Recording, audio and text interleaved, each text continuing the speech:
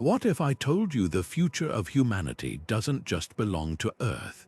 It's written in the stars, right now, behind the scenes of our daily lives. A quiet revolution is unfolding, one that's pushing the boundaries of what we once thought possible. We're not just gazing at the cosmos anymore. We're learning to live in it, to harness its secrets, and to stretch our reach further than ever before.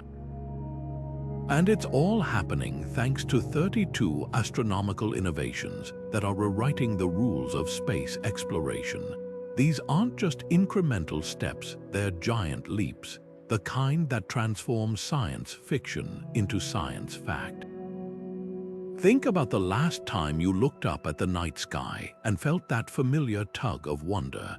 That same curiosity is what's driving engineers, scientists, and dreamers to develop technologies that sound like they're pulled from a blockbuster movie. Imagine spacecraft propelled by the gentle push of sunlight, or robots mining precious metals from asteroids. Picture telescopes so powerful they can spot the faintest whispers of light from the edge of the universe, and artificial intelligence deciphering cosmic mysteries faster than any human mind could.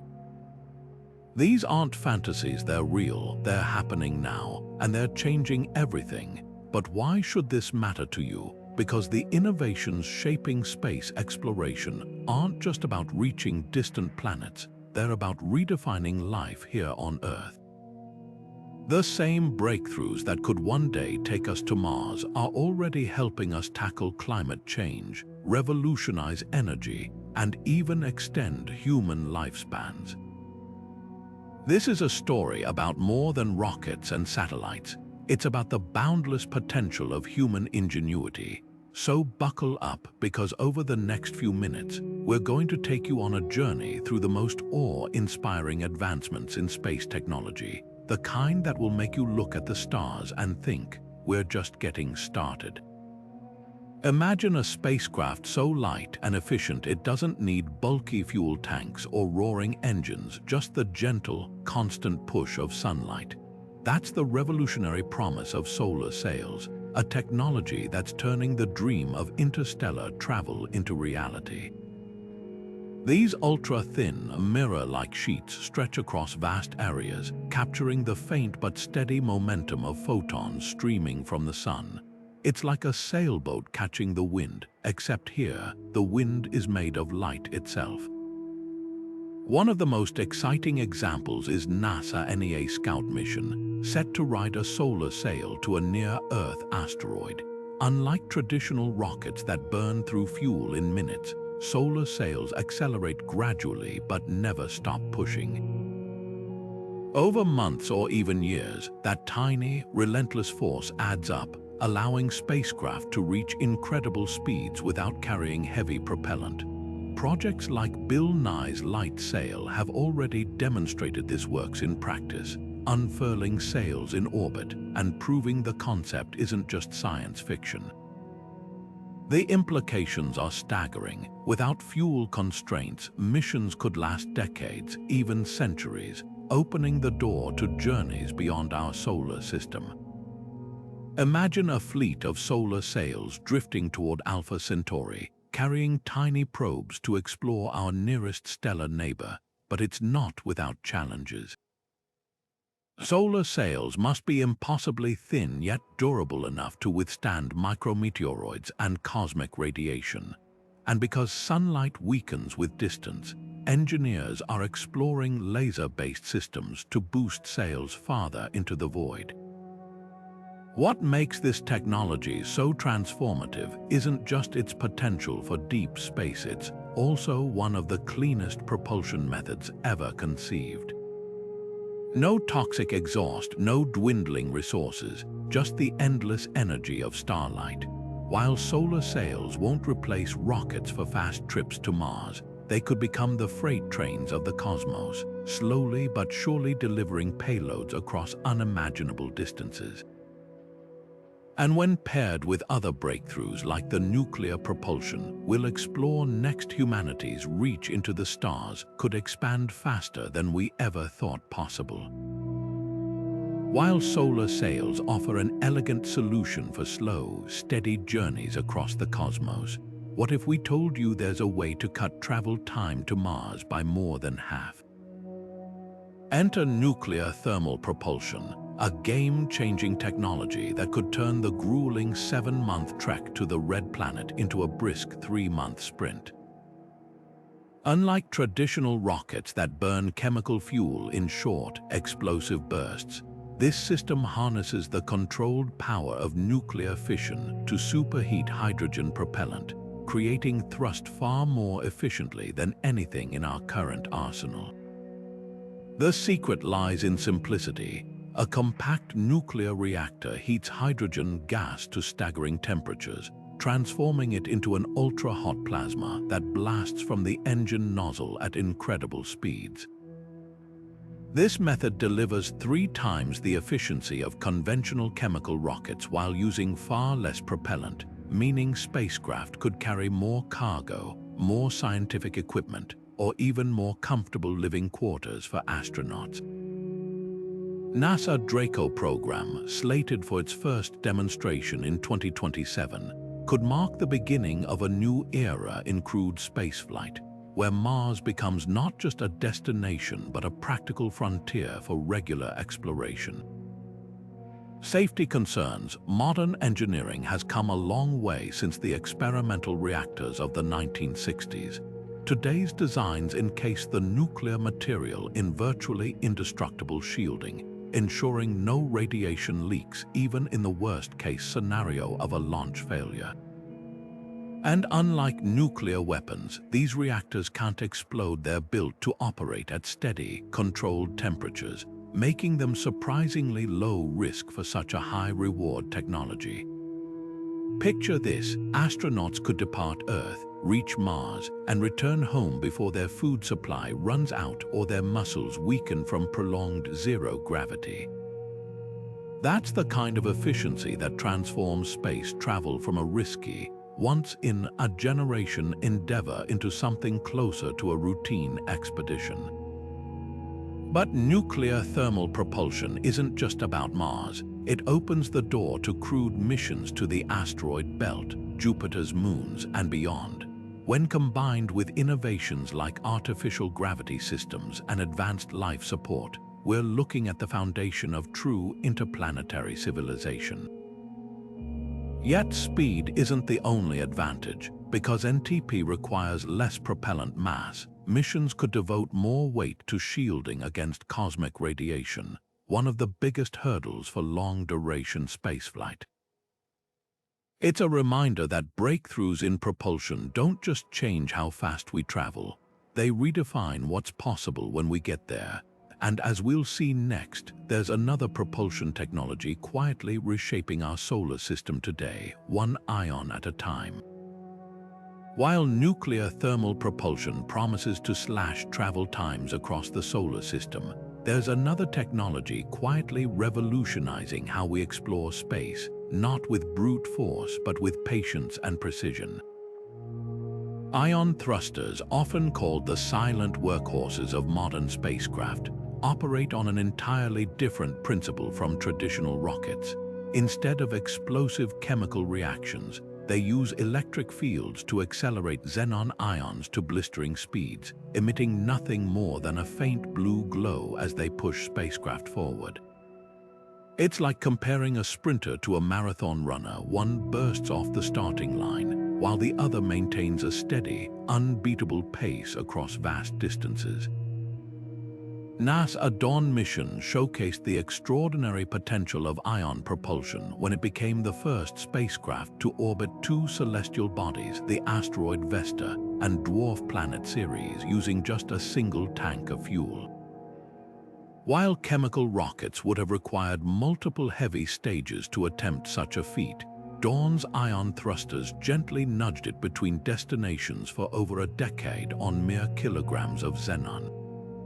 That efficiency is why private companies like SpaceX now rely on scaled-down versions for satellite station keeping, allowing communications satellites to maintain perfect orbits for 15 years instead of just 1 or 2. The trade-off: ion thrusters produce about as much force as a sheet of paper resting on your hand. That means months of continuous thrusting to reach meaningful speeds, making them impractical for crewed missions where time matters. But for robotic explorers and orbital infrastructure, their fuel efficiency is unmatched. Modern versions like NAS, a next-sea engine, can operate continuously for years, their grids and neutralizers slowly eroding over time like a pencil tip wearing down with use. What's truly exciting is how emerging technologies could amplify their capabilities. Artificial intelligence could optimize thruster performance in real time, adjusting voltage and beam shape to compensate for component wear. Newer designs might use iodine, a cheaper, storable alternative to xenon, or even tap into the solar wind itself as propellant. And when combined with other innovations like laser communications or in space manufacturing, ion thrusters could become the backbone of an interplanetary supply chain, ferrying cargo between Earth, Mars, and beyond with robotic patience. This isn't just about doing old missions cheaper. It's about enabling entirely new classes of exploration. Picture swarms of ion-driven probes mapping every sizable asteroid in the belt, or a permanent telescope at gravitational sweet spots 1,000,000 miles from Earth. While they'll never replace the raw power needed to launch humans from planetary surfaces, ion thrusters are rewriting the rules for how we move through space when speed isn't the priority. And as we'll see next, when you combine their endurance with another breakthrough self-replicating robots, the economic potential of space could skyrocket in ways that redefine life on Earth. Plasma propulsion sounds like something ripped straight from a sci-fi novel, but this cutting-edge technology is very real, and it could solve one of the most stubborn problems in space travel. Imagine an engine that combines the efficiency of ion thrusters with the raw power of nuclear propulsion, capable of adjusting its thrust on the fly like a sports car shifting gears. That's exactly what systems like the Variable Specific Impulse Magnetoplasma rocket, or VASIMA, are designed to do. By heating argon or hydrogen gas to temperatures rivaling the sun's core, these engines create a superheated plasma that's then funneled and accelerated using magnetic fields. The result, a propulsion system that's not just powerful, but incredibly versatile, able to deliver short bursts of high thrust for quick maneuvers or long, steady pushes for efficient cruising.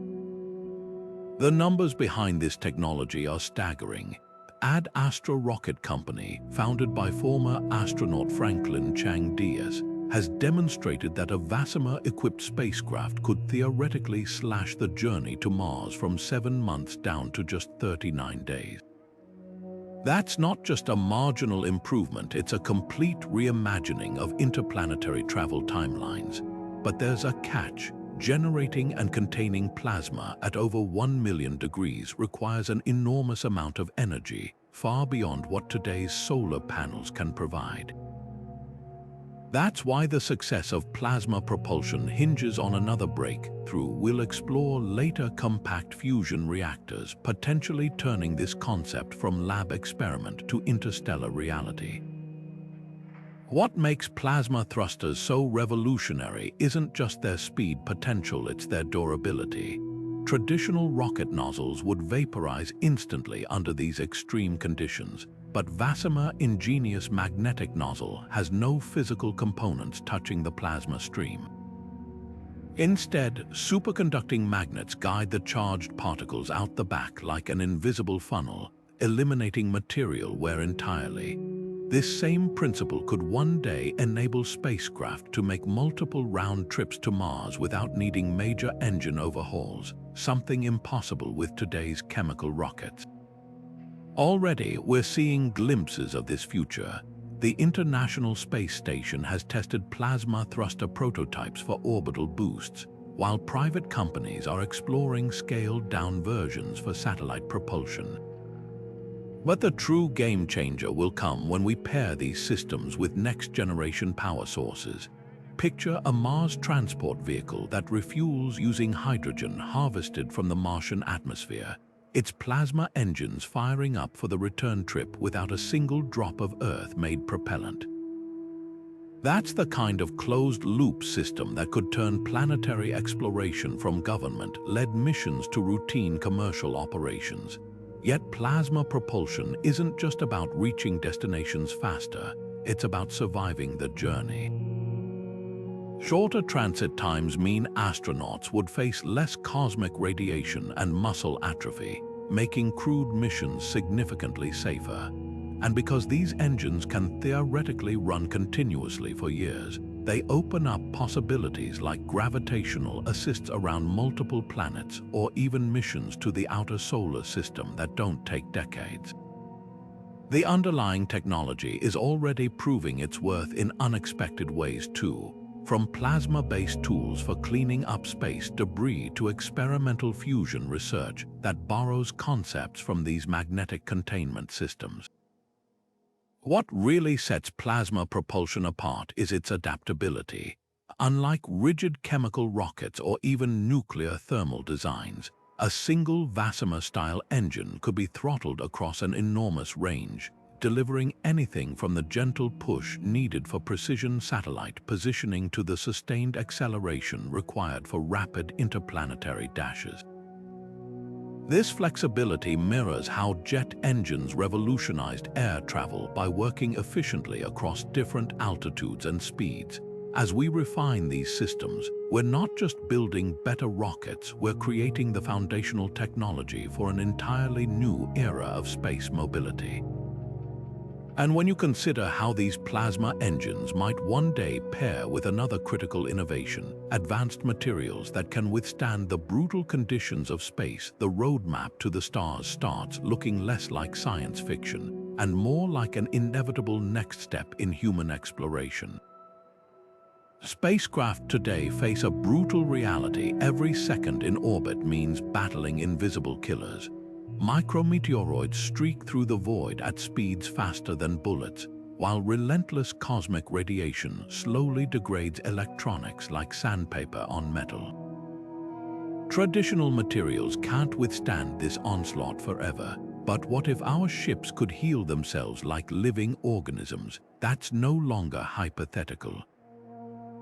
Scientists have cracked the code with self-repairing materials that borrow tricks straight from nature's playbook, turning brittle spacecraft skins into resilient, almost lifelike structures.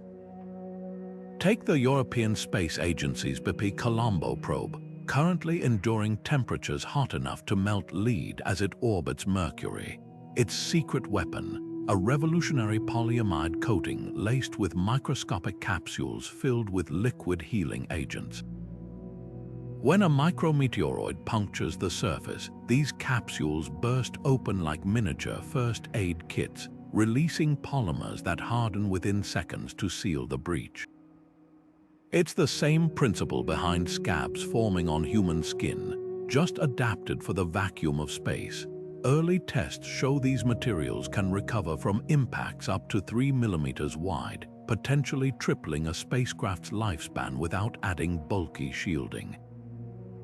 The real genius lies in the details. Unlike earlier versions that required heat or light to activate repairs, these next-gen systems react instantly to mechanical damage. Some incorporate conductive nanowires that reroute electricity around damaged circuits, while others use shape memory alloys that remember their original form and snap back after deformation. NASA are even experimenting with fungal spores embedded in hull materials, organisms that germinate when exposed to space radiation, weaving biological repair networks through cracks. But durability isn't the only advantage. Self-healing tech could slash mission costs by reducing redundant systems. Instead of building spacecraft with triple-layered protection, engineers might rely on single layers that continuously regenerate. Picture Mars habitats whose walls seal their own air leaks, or lunar rovers whose tires rebuild tread patterns after sharp rock encounters.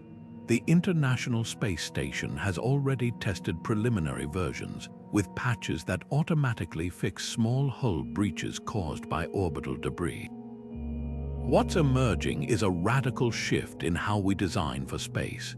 Rather than over-engineering structures to survive worst-case scenarios, we're creating materials that adapt to damage in real time, just like bones that strengthen under stress or leaves that close wounds after insect bites. This biomimicry approach extends beyond healing too. Some prototypes now change color to indicate damage locations, while others alter their thermal properties to better dissipate heat in crisis situations. Yet the ultimate test lies ahead. Engineers are racing to scale up these technologies for crewed missions, where a single hull breach could prove catastrophic. Newer versions might integrate sensors with healing systems, allowing spacecraft to not just repair themselves but predict where damage is likely to occur next.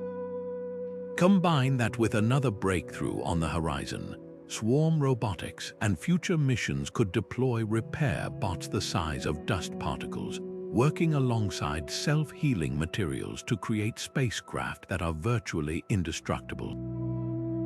It's a reminder that sometimes the most advanced solutions don't come from reinventing the wheel, but from studying how nature has already solved these problems over billions of years.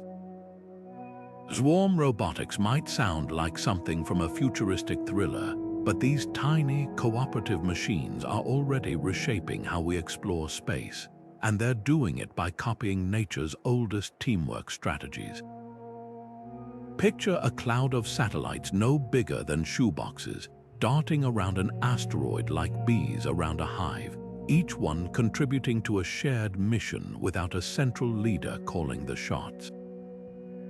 This isn't just theoretical. NASA's Starling mission has already proven the concept, deploying 4 CubeSats that orbit in synchronized formation, adjusting their positions autonomously to maintain optimal communication and data collection. The real magic lies in their distributed intelligence. If one satellite fails, the others instantly redistribute tasks, ensuring the mission continues uninterrupted, a resilience that's impossible for traditional, monolithic spacecraft. What makes swarm robotics so revolutionary isn't just their size or numbers, it's their versatility. A single swarm could transform itself from a high-resolution imager mapping an asteroid's surface into a makeshift radio telescope with a virtual aperture spanning miles simply by rearranging its formation. ESA's upcoming Hera mission will leverage this very idea, sending a duo of tiny satellites to study the aftermath of a DART asteroid impact. These nimble scouts will orbit at different angles, building a 3-dimensional damage assessment no single probe could achieve alone. The implications for planetary defense are staggering. Instead of risking one expensive spacecraft to study potentially hazardous asteroids, we could deploy dozens of low-cost swarm members, dramatically increasing both coverage and redundancy. The secret sauce enabling these feats: advanced AI algorithms that mimic the collective decision-making of insect colonies. Each satellite constantly processes data from its neighbors, using simple rules to determine when to move, when to collect data, and when to conserve power. There's no central control, just a decentralized network where intelligence emerges from the group. Researchers have even demonstrated swarms that can grow new antenna configurations mid-mission, reconfiguring their hardware on the fly to adapt to unexpected obstacles. Imagine applying this to Europa's icy ocean. A swarm of submersible robots, each no larger than a football, could melt through the ice and fan out beneath the surface, mapping currents and hunting for hydrothermal vents, all while sharing data through acoustic signals. If one probe gets trapped in a crevasse, the others would reroute to compensate, ensuring no gap in coverage. This same principle could revolutionize space infrastructure maintenance, with swarms of repair bots inspecting and patching solar arrays or space stations, working in shifts that require no human oversight. Yet the most exciting prospect might be how swarm robotics democratizes space exploration. Traditional satellites cost hundreds of millions and take years to build, but a swarm member can be assembled for less than the price of a luxury car using off-the-shelf components. Universities and startups could launch their own miniature constellations, conducting experiments that were once the exclusive domain of space agencies. And when paired with another breakthrough the AI-driven exploration will explore next, these robotic collectives could become the standard bearers for a new era of interstellar discovery, where redundancy and adaptability outweigh raw size and power. The future of space exploration might not belong to towering rockets or massive probes, but to armies of tiny, tireless machines working together like cells in a vast cosmic organism. Artificial intelligence is no longer just assisting space exploration, it's transforming into the most capable astronaut we've ever created, one that never sleeps, never tires, and makes decisions in milliseconds. Consider NASA Curiosity rover, which spent years relying on ground teams to select every rocket analyzed. Now, its AI-powered successor, Perseverance, makes those calls autonomously, using machine learning to spot geological features worth sampling while scientists sleep back on Earth. This isn't just about convenience, it's about overcoming the tyranny of distance. Light speed delays make real-time control impossible for missions to Mars and beyond, forcing us to build robots that can think for themselves. The European Space Agency's Phi-SAT satellites take this further, orbiting Earth with neural networks that discard 99% of useless cloud images before transmission. Imagine the bandwidth saved when each satellite acts as its own editor, deciding what's scientifically valuable without human input. Similar AI now pores over decades of telescope data, spotting exoplanet transits humans missed and predicting solar flares hours before they erupt, potentially giving astronauts critical warning to seek shelter. Yet with great capability comes great debate. Should AI have authority to alter mission objectives if it detects an unexpected opportunity? Could we trust it to abort a landing if conditions turn hazardous, knowing its decision might override years of human planning? These questions grow more urgent as we develop interstellar probes like Breakthrough Starshot, where communication delays stretch to years. An AI sailing toward Alpha Centauri would need near-total independence, making judgment calls about alien environments we can't possibly predict. The solution may lie in hybrid systems AI that explores boldly but with carefully programmed constraints. JPL's autonomous science-craft experiment proved this balance works, allowing Earth-observing one to redirect itself to study volcanic eruptions, yet always within predefined safety rules. Future Mars helicopters might scout ahead for rovers, negotiating treacherous terrain with insect-like reflexes, while still deferring to humans for major path changes. What makes this AI revolution different is its ability to learn from experience. Unlike traditional software, these systems improve with each mission, sharing knowledge across robot fleets like veterans passing down wisdom. When NASA Scorpius landers touch down on the Moon, their neural networks will have trained on thousands of simulated crashes, emerging as the most skilled lunar pilots in history. And as telescope arrays grow more complex, like the upcoming square-kilometer array generating exabytes of daily data, AI won't just be helpful. It'll be the only way to uncover the universe's deepest secrets hidden in that digital deluge. Which brings us to those telescopes, instruments so advanced they're essentially time machines, peering back toward the dawn of creation.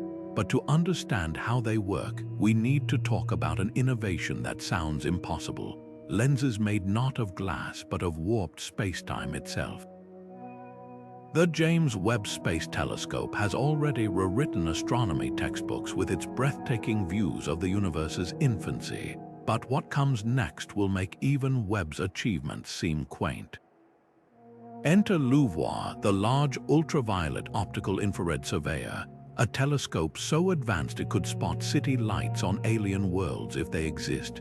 Imagine a mirror array stretching 15 meters across, wide enough to park 3 school buses end to end, collecting starlight with such precision it can tease apart the atmospheric composition of planets hundreds of light years away. While Webb studies cosmic dawn through a keyhole, LUVOIR will kick the door wide open, equipped with starlight-suppressing coronagraphs so powerful they reduce a star's glare by a factor of 10 billion, like spotting a firefly next to a searchlight. The secret to this astronomical leap lies in adaptive optics that work like a self-correcting lens on steroids. Traditional telescopes suffer from microscopic mirror flaws and atmospheric distortion, but LUVOIR actuators will adjust its segmented surface thousands of times per second, compensating for imperfections in real time. It's the difference between viewing the cosmos through a frosted window and crystal-clear glass. This technology, tested on smaller scales by the European Extremely Large Telescope, will allow LUVOIR to resolve features just 300 kilometers across on planets orbiting Alpha Centauri, enough to map continents or weather patterns on hypothetical Earth twins. Consider the implications for Proxima Centauri b, a rocky world in its star's habitable zone just 4 light-years away. Current telescopes see it as a single pixel, but LUVOIR could detect atmospheric oxygen, methane imbalances, or even industrial pollutants, potential technosignatures of advanced civilizations. The telescope's ultraviolet capabilities add another dimension, letting scientists track the erosion of planetary atmospheres by stellar radiation, a critical factor in determining true habitability. Early simulations suggest LUVOIR might identify 50 Earth-like candidates within its first 5 years, each scrutinized for biosignature gases like ozone or nitrous oxide that rarely form without life. Yet LUVOIR isn't working alone. It's part of an emerging network including HAB-X, which will deploy a football field-sized starshade to block stellar glare mechanically, and OST, the Origin Space Telescope, tuned to mid-infrared frequencies where thermal signatures of alien megastructures might lurk. Together, they form humanity's first multipurpose life-finding toolkit, each instrument cross-validating the other's discoveries to avoid false positives. The data deluge will be unprecedented. LUVOIR alone could generate more exabytes daily than all current astronomy archives combined, necessitating AI systems to flag anomalies like Dyson sphere infrared excesses or artificially modulated laser signals. What makes this next generation revolutionary isn't just their technological prowess, but their philosophical shift from observation to interaction. Future telescopes might coordinate with light sail probes, using their massive mirrors as interstellar communication relays. Imagine LUVOIR detecting suspiciously geometric structures on an exoplanet, then guiding a swarm of nanoprobes launched decades earlier to investigate. We're no longer just passive observers of the cosmos, we're becoming active participants in its exploration, building instruments that don't just answer our questions, but teach us which questions we should be asking. And as these telescopes turn their gaze toward nearby stars, they'll force us to confront a possibility that was pure speculation just a generation ago, that we might not be the only intelligence gazing back. Detecting life beyond Earth isn't about spotting little green men through a telescope.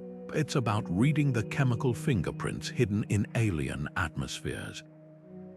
Scientists have learned the hard way that not all oxygen is created equal. A planet might have oxygen-rich air from geological processes like volcanic outgassing. But if that oxygen shows specific isotopic ratios, like a preference for oxygen-16 over heavier variants, it could point to photosynthesis at work. That's the kind of subtle clue next-generation missions like LIFE, the Large Interferometer for Exoplanets, will hunt for when it launches in 2028. This space-based observatory won't just sniff out gases, it'll analyze how they interact. Imagine finding methane and oxygen coexisting in an exoplanet's atmosphere. On Earth, these gases react and destroy each other unless life constantly replenishes them. Spotting that unstable balance elsewhere would be like catching smoke from a distant campfire. Closer to home, Saturn's icy moon Enceladus offers another tantalizing opportunity. Its massive geysers, spewing water vapor and organic compounds into space, are essentially free samples from a subsurface ocean. NASA proposed Orbital mission could fly through these plumes, analyzing them for amino acids with left-handed molecular asymmetry, a trait almost always tied to biological processes. Even more exciting, these molecules wouldn't need to be alive today. Fossilized remnants of ancient microbial life, preserved in ice grains for billions of years, could still tell their story. But what if the breakthrough doesn't come from a government lab at all? Private companies like SpaceX could slash the cost of biosignature hunting by offering cheap rideshare launches for specialized sensors. Picture thousands of tiny, AI-driven spectrometers hitchhiking on Starlink satellites, scanning exoplanet atmospheres during orbital downtime. Crowdsourced projects might even let amateur astronomers contribute data from backyard telescopes equipped with custom filters. This revolution in detection hinges on an unexpected ally: space mining. Those same drills and analyzers designed to extract platinum from asteroids could be repurposed to search for fossilized microbes on Mars. Water harvested from lunar ice might not just quench astronaut thirst, it could contain traces of panspermia, the theory that life hops between worlds on comets. And the ultra-pure metals refined in zero gravity, they'll build the next generation of hypersensitive detectors, free from Earth's contaminating magnetism. The hunt for cosmic life is becoming less about luck and more about forensic science. We're no longer waiting for aliens to phone us, we're learning to read their environmental records, whether written in atmospheric gases, icy plumes, or asteroid fragments. And as these tools grow sharper, we might discover that life isn't a rare accident, but a natural outcome wherever chemistry gets complex enough. That realization wouldn't just change astronomy, it would redefine humanity's place in the universe. Asteroid mining may sound like the plot of a science fiction blockbuster, but the first prospectors are already gearing up for what could become the greatest resource rush in human history. Deep within the asteroid belt, metallic worlds like Psyche float untouched, their iron-nickel cores laced with platinum, gold, and rare earth metals in concentrations that dwarf anything found on Earth. Astroforge, a pioneer in this emerging field, estimates that just one 500-meter chunk of Psyche contains more platinum group metals than our planet's entire mind, reserves enough to revolutionize electronics, medical devices, and renewable energy technologies back home. The challenge, turning these celestial treasure chests into a viable business, requires innovations as bold as the vision itself. The hunt begins with advanced spectroscopes mounted on deep space telescopes, capable of analyzing an asteroid's composition from millions of miles away by studying how it reflects sunlight. These orbital detectives don't just look for valuable metals, they map structural weaknesses, spin rates, and even trace gases that might hint at water ice trapped beneath the surface. Once a target is identified, robotic scouts like those tested by NASA's OSIRIS-REx mission could land and perform precision core sampling, using laser-induced breakdown spectroscopy to vaporize tiny rock fragments and read their elemental signatures like a cosmic barcode. Processing these materials in zero gravity introduces another layer of ingenuity. Traditional smelting relies on gravity to separate molten metals from slag, but space-based refineries will use electromagnetic fields to manipulate materials in midair. Startups like TransAstra are testing prototypes that harness centrifugal force in spinning drums to sort ore by density, while others explore bacteria engineered to leach precious metals from rock, a technique already used in terrestrial mines but supercharged by the vacuum of space. The resulting ingots wouldn't need to be hauled back to Earth immediately. They could stockpile in orbital warehouses, waiting for transport ships or serving as raw materials for in-space manufacturing. Legal questions loom as large as the technical ones. The Artemis Accords, signed by over 30 nations, provide a shaky framework suggesting that companies can keep what they extract, but say nothing about claims on the asteroids themselves.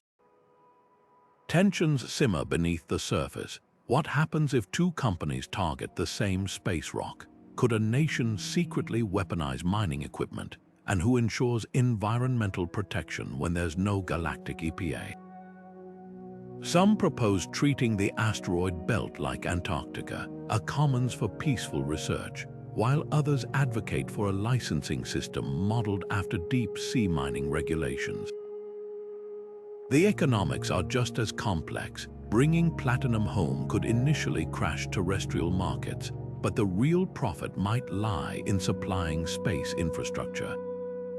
Water ice mined from carbonaceous asteroids could be split into hydrogen and oxygen, the very ingredients of rocket fuel, creating cosmic gas stations that make interplanetary travel affordable. Metals harvested on-site could build solar satellites or Mars habitats without the exorbitant cost of launching materials from Earth's gravity well. This shift from importing space resources to using them locally could trigger a domino effect, making lunar bases viable, then Martian colonies, and eventually interstellar waste stations. What makes asteroid mining so transformative isn't just the resources, it's the mindset shift. For the first time, we're not just exploring space, we're learning to live off it, turning celestial bodies into stepping stones rather than just destinations. And as we'll see next, those first stepping stones are already being laid much closer to home, where lunar bases could become the testing grounds for humanity's off-world future. Orbiting 280,000 kilometers from Earth, the Lunar Gateway represents something humanity has never built before, a permanent outpost in deep space, designed not just for science, but as a springboard to worlds beyond. This isn't another international space station. It's a cosmic way station where astronauts bound for Mars will stop to resupply, where lunar landers dock between surface expeditions, and where private companies can plug in their own modules, like adding apps to a smartphone. NASA Artemis program aims to have its core modules operational by 2028, with a design so flexible it could eventually include everything from European-built science labs to SpaceX-supplied depots, or even Axiom Space's proposed tourist suites with panoramic views of the lunar surface. The Gateway's secret weapon, its power and propulsion element, a revolutionary module that doubles as a solar-powered tugboat. Unlike traditional stations that rely on chemical thrusters for occasional boosts, this system uses high-efficiency ion engines to maintain the Gateway's unique near-rectilinear halo orbit, a looping path that balances Earth's gravity with the Moon's in a way that minimizes fuel use while providing perfect staging access to both the lunar surface and deep space. Those same thrusters could eventually evolve into the interplanetary engines that push crews toward Mars, making the Gateway a real-world testbed for technologies that sound like science fiction today. But what truly sets this station apart is its role as an economic catalyst. By standardizing docking ports and utilities, NASA has created a plug-and-play architecture where a Japanese company might attach a robotic fabrication lab one year, followed by a Canadian medical research pod the next. Imagine a future where lunar mining startups lease gateway space to analyze asteroid samples, or filmmakers rent observation modules to capture the first IMAX footage of astronauts boarding a Mars-bound ship. This isn't just government as landlord, it's the birth of an entirely new market, one where low Earth orbit satellite economy gives way to the Moon's industrial frontier. The station's strategic location unlocks another game-changer: sustained lunar exploration. From its orbit, descending to the Moon's surface requires less energy than launching from Earth, meaning reusable landers can ferry crews and cargo up and down like cosmic elevators. NASA-planned human landing system vehicles will dock at the gateway between missions, refueling with water ice harvested from the Moon's poles. A self-sustaining cycle that turns lunar resources into interplanetary fuel. Scientists will use the station as a control center for remote rovers exploring permanently shadowed craters, while astronauts train there for months-long Mars simulations in deep space's harsh radiation environment. Yet the gateway's greatest legacy might be how it redefines international cooperation in space. With modules contributed by Europe, Japan, Canada, and potentially private partners, this outpost becomes a shared infrastructure for the next era of exploration, not controlled by any one nation, but sustained through collaboration. The lessons learned here about managing deep space logistics, maintaining equipment in relentless radiation, and balancing commercial and scientific priorities will echo through every mission that follows, whether to Mars' moons or the asteroids beyond.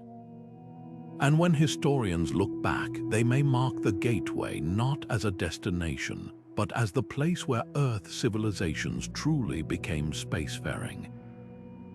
Now, let's leave this orbital marvel behind and descend toward the gray plains below, where another revolution is taking shape, one that will transform the Moon from a silent bystander into humanity's most active off-world construction site. The Moon's dusty surface holds a secret. It's not just barren rock, but the foundation for humanity's first off-world homes. Scientists have cracked the code of turning lunar regolith, that fine gray powder covering the Moon, into something extraordinary, building materials tougher than concrete. The European Space Agency's PROCT project made headlines when it proved you could microwave moon dust into solid bricks using just a bit of concentrated sunlight. It sounds like alchemy, but the science is sound. Those tiny glass beads in lunar soil melt and fuse under heat, creating structures that can withstand meteoroid impacts and brutal temperature swings. NASA Olympus project takes this further, deploying robotic arms with printer nozzles that extrude regolith mixed with polymers into intricate, load-bearing walls. The result, entire habitats shaped like igloos or arches, their curves naturally distributing stress without needing steel reinforcements. But the real breakthrough lies beneath the Moon's poles. Shadowed craters hide vast deposits of water ice, and when mixed with regolith, they create a game-changing material, lunar concrete. Traditional concrete requires water and aggregates both absurdly expensive to launch from Earth.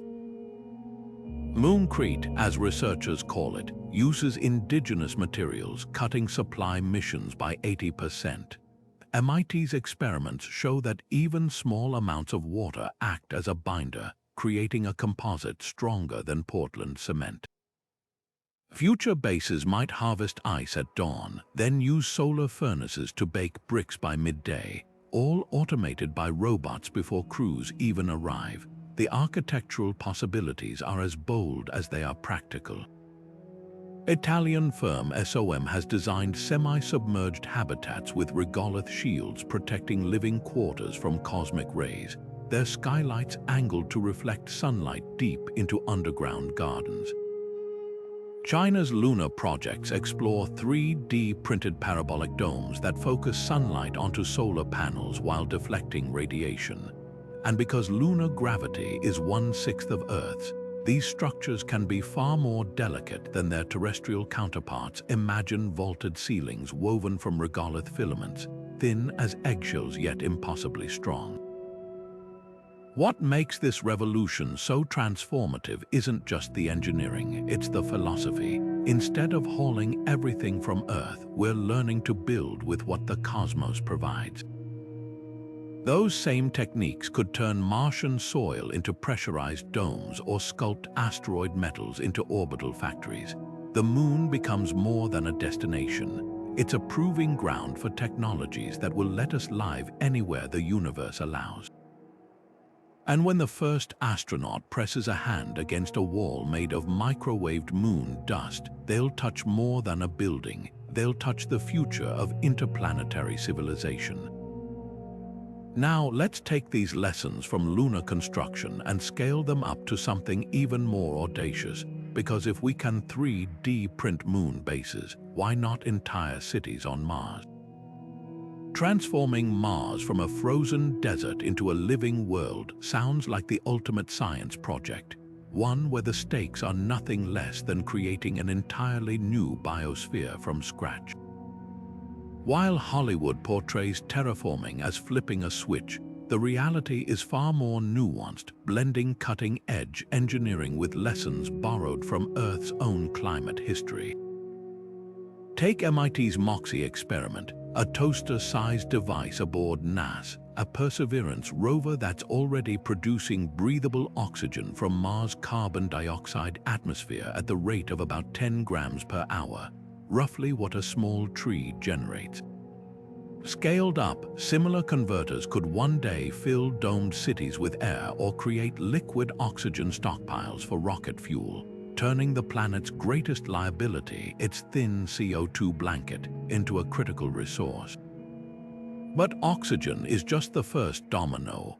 The real game changer lies in microscopic life forms being tested in simulated Martian labs. Cyanobacteria, those ancient architects of Earth's atmosphere, are getting genetic upgrades to survive Mars' harsh conditions. Scientists at Germany's Zohm facility have engineered strains that not only withstand extreme cold and radiation, but actively darken ice caps by producing melanin. Spread across Mars' poles, these microbes could reduce sunlight reflection, gradually raising temperatures to release frozen CO2 and water vapor, a feedback loop that might jumpstart a natural greenhouse effect. Early models suggest this ecosynthesis approach could nudge Mars' average temperature from -60 degrees Celsius to a more manageable -40 within centuries, all without the need for massive artificial heat sources. Yet there's a catch. Without a magnetic field like Earth's, any atmosphere we create would be stripped away by solar winds, just as Mars' original air was lost billions of years ago. That's where one of the boldest concepts in planetary engineering comes in, an artificial magnetosphere.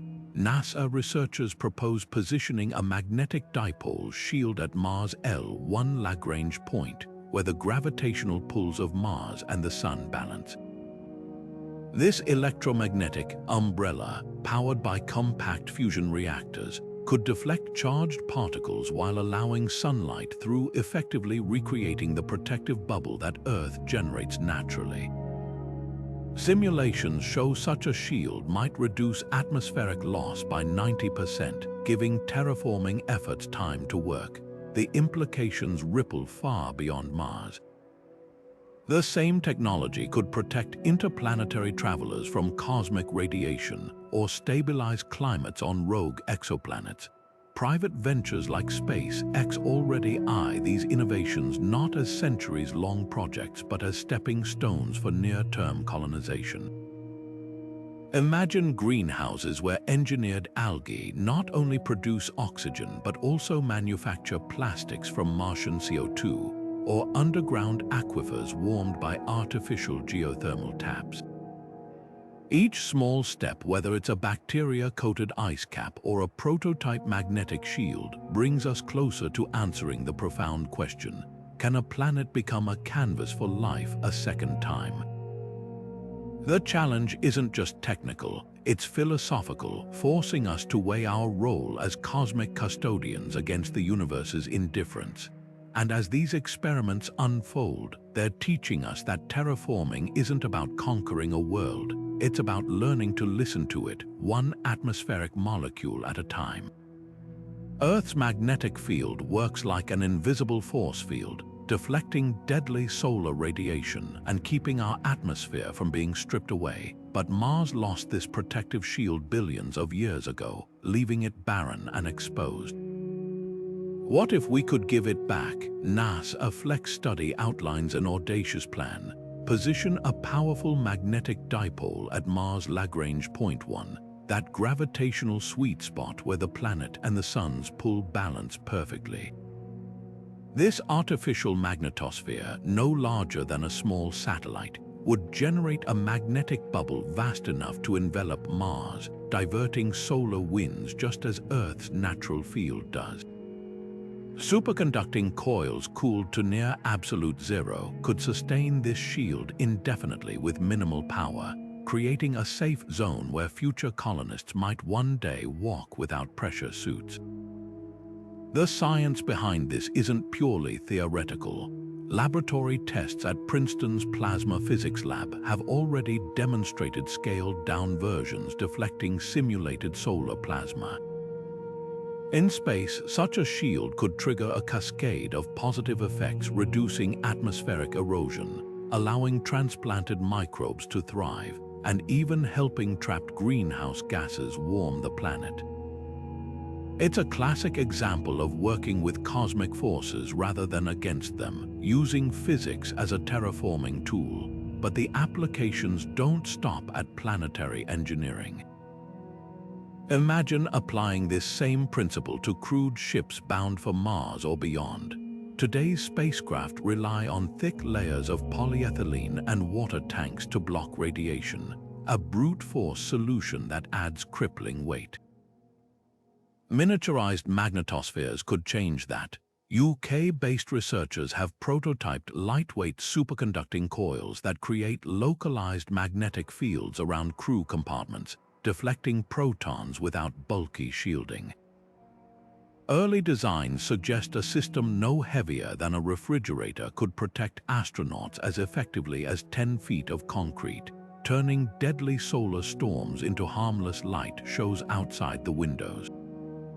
The implications for deep space travel are staggering. Instead of racing against the clock to minimize radiation exposure during Mars transits, ships equipped with these systems could theoretically cruise safely for years. Combine this with another radical innovation, hibernation technology, and suddenly, multi-year missions to Saturn's moons or the asteroid belt become feasible. Picture a crew rotating between active duty and medically induced torpor, their slowed metabolisms reducing food and oxygen needs while the ship's magnetic shield silently deflects cosmic rays. It's not science fiction. The European Space Agency's HOPE study has already identified specific neurotransmitters that could safely trigger hibernation in humans, mimicking the biological tricks used by bears and Arctic ground squirrels. What makes artificial magnetospheres so revolutionary is their duality. They're both a sword and a shield. The same technology that might one day revive a dead planet could also protect living explorers as they push deeper into the void. And as we'll see next, when paired with advances in hibernation and closed-loop life support, these innovations don't just make space travel safer, they redefine how far humanity can go. Human torpor for spaceflight sounds like something out of a sci-fi hibernation pod, but the science behind it is surprisingly practical and already being tested in hospitals here on Earth. SpaceX's research into medically induced torpor doesn't involve flashy cryochambers or sci-fi freezers. Instead, it relies on a remarkably simple concept: cooling the body just enough to dramatically slow metabolism using chilled intravenous saline. This technique, known as therapeutic hypothermia, has been used for decades in trauma medicine to protect patients with severe injuries by essentially putting their bodies into a temporary slow-motion state. Doctors have safely maintained patients in this state for up to 14 days, reducing their metabolic needs by 75%, a game-changer for spacecraft where every kilogram of food and oxygen counts. Parallels to nature are striking. Black bears lower their heart rates from 55 beats per minute to just 9 during hibernation, while Arctic ground squirrels can drop their core temperature below freezing without cellular damage. Human torpor aims to mimic these natural survival strategies, but with precise medical oversight. NASA-funded studies at the University of Washington have demonstrated that cooling the body by just 5 to 10 degrees Celsius significantly reduces oxygen demand, while drugs modeled after hibernation-inducing proteins in squirrels prevent dangerous clotting or immune responses. Early prototypes use skin contact cooling pads and automated Roman 4 systems to maintain this delicate balance without bulky machinery. The biggest hurdle isn't inducing torpor, it's waking up healthy. Extended immobility leads to muscle atrophy and bone density loss, problems that compound in microgravity. That's where torpor research intersects with artificial gravity solutions we've explored earlier. Imagine rotating habitat modules where hibernating crew members experience gentle centrifugal force while unconscious, their bodies passively resisting deterioration. Startups like SpaceWorks Enterprises have proposed Torper-enabled Mars missions where 4-person crews rotate through 14-day activity cycles, with 2 awake maintaining the ship while 2 rest in metabolic stasis, effectively having life support requirements for the journey. The implications ripple beyond Mars. For decades-long missions to the outer solar system, Torper could make crewed exploration feasible by stretching limited supplies and minimizing psychological strain. Instead of a fully awake crew enduring years of isolation, astronauts might spend 70% of the voyage in restful stasis, emerging only for critical maneuvers or scientific observations. Medical advances spin off 2 trauma patients on Earth could benefit from portable torpor units that buy time during emergency transport, while organ transplants might use the technology to preserve donor organs indefinitely. What makes this approach so revolutionary is its simplicity. Unlike speculative cryonics that require temperatures cold enough to shatter steel, torpor works within the body's natural resilience range. It's not about cheating death, it's about working with biology to make the impossible practical. And when paired with other innovations like closed-loop life support and magnetic radiation shielding, human stasis transforms from a plot device into a legitimate tool for crossing the cosmic ocean. The stars may still be far, but with technologies like these, they're becoming more reachable than ever.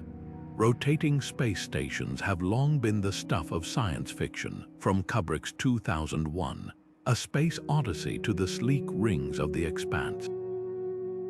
But Blue Origin's Orbital Reef project is turning that fantasy into an imminent reality, one that could solve the most persistent problem of living in space, the absence of gravity. Their design features a slowly rotating ring, spinning just fast enough to generate a gentle but constant outward force, mimicking about 30% of Earth's gravity. That might not sound like much, but it's enough to keep muscles engaged, bones from deteriorating, and bodily fluids from pooling in astronauts' heads, a common issue that causes vision impairment during long missions.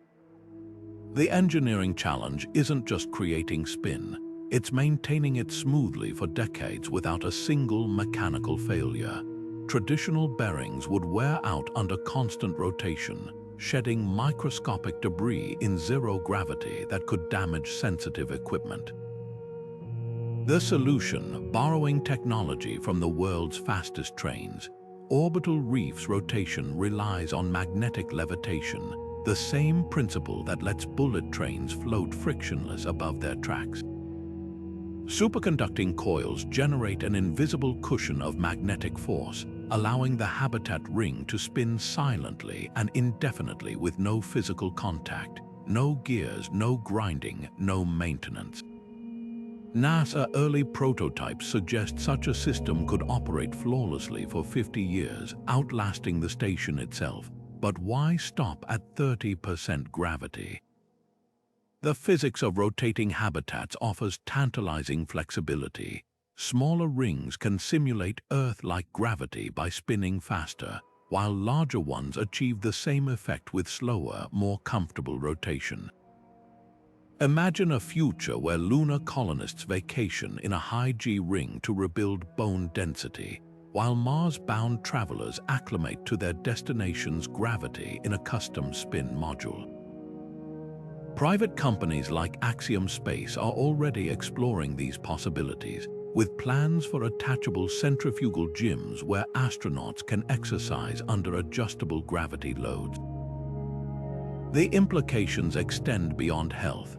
Artificial gravity could revolutionize space manufacturing, allowing factories to produce flawless fiber optics or ultra-pure pharmaceuticals processes that fail in zero-G. Even agriculture changes when water and nutrients behave predictably in soil again. But the real game changer might be psychological. Studies on the International Space Station reveal that prolonged weightlessness disorients the brain's sense of orientation, leading to chronic stress. A spinning habitat restores the primal comfort of up and down, making years-long missions mentally sustainable. Yet the most exciting application isn't just for stations, it's for ships. Pair rotating crew quarters with next-generation propulsion like plasma drives, and suddenly, multi-year journeys to Saturn become feasible without astronauts returning to Earth as medical wrecks. The same magnetic bearings that enable orbital reef spin could one day stabilize kilometer-long interstellar arcs, their rotating sections sustaining generations of explorers. What makes this breakthrough so profound is its simplicity. We're not waiting for some futuristic anti-gravity device. We're using Newtonian physics refined over centuries, augmented by modern materials and ingenuity. And as we'll see next, another field of physics, one that operates on scales far smaller, could solve one of space travel's oldest challenges, knowing exactly where you are in the void. Navigating the cosmic ocean presents a challenge our ancestors never faced without landmarks or compass points. How does a spacecraft know precisely where it is? Traditional gyroscopes, the spinning wheels that help aircraft and submarines stay oriented, suffer from a fatal flaw in space. Over months or years, even microscopic friction causes them to drift off course. A probe headed to Mars with century-old navigation tech could miss its target by thousands of kilometers. But quantum gyroscopes are rewriting the rules of celestial navigation, harnessing the bizarre behavior of atoms cooled to near absolute zero to achieve near-perfect accuracy across the solar system. At the heart of this revolution lies a phenomenon called atom interferometry. Picture a cloud of rubidium atoms suspended in a vacuum chamber, chilled to temperatures colder than deep space. Scientists hit these atoms with precisely tuned laser pulses, splitting each atom's quantum wave function into two paths like forking a river of matter into separate channels. As the device rotates, these paths experience slight phase differences, creating interference patterns when recombined. The result, a rotation sensor so sensitive it could detect Earth rotation from a stationary lab, or track a spacecraft's orientation with errors smaller than the width of a pencil tip over a trip to Jupiter. The European Space Agency's upcoming Genius mission will be the first to field test this technology beyond Earth's orbit, using quantum gyroscopes to guide a probe toward a distant asteroid with unprecedented precision. Unlike traditional systems that require periodic corrections from ground stations, these autonomous navigators could keep a spacecraft on course for decades without external input, critical for missions to the outer solar system where radio signals take hours to reach Earth. Imagine a Pluto orbiter that doesn't just approximate its position, but knows its exact altitude over icy mountain ranges to within a centimeter. What makes quantum gyroscopes so transformative isn't just their precision, it's their resilience. Solar flares that scramble conventional electronics barely affect these devices, since they rely on fundamental atomic properties rather than delicate mechanical components. Future versions might even exploit entanglement, linking gyroscopes across multiple spacecraft to create a distributed navigation network far more robust than any single instrument. This leap in accuracy doesn't just benefit space probes. The same technology could enable satellites to maintain formation flying with nanometer precision, crucial for next-generation telescopes that combine multiple mirrors into virtual observatories kilometers wide. Or consider lunar bases where quantum sensors guide autonomous bulldozers during pitch-black lunar nights, their atomic compasses unaffected by the moon's lack of a magnetic field. Yet the most profound application lies in an unexpected direction: the detection of gravitational waves. Those same interference patterns that reveal a spacecraft's orientation can also sense the subtle stretching of spacetime caused by colliding black holes. By combining quantum gyroscopes with free-floating test masses, scientists are developing space-based gravitational wave detectors 1,000 times more sensitive than Earth-bound versions. These instruments won't just listen for cosmic collisions, they'll use ripples in spacetime itself as navigational beacons, triangulating positions against the universe's most violent events. The implications are staggering. Future explorers might navigate the asteroid belt not by stars, but by the gravitational fingerprints of distant neutron stars.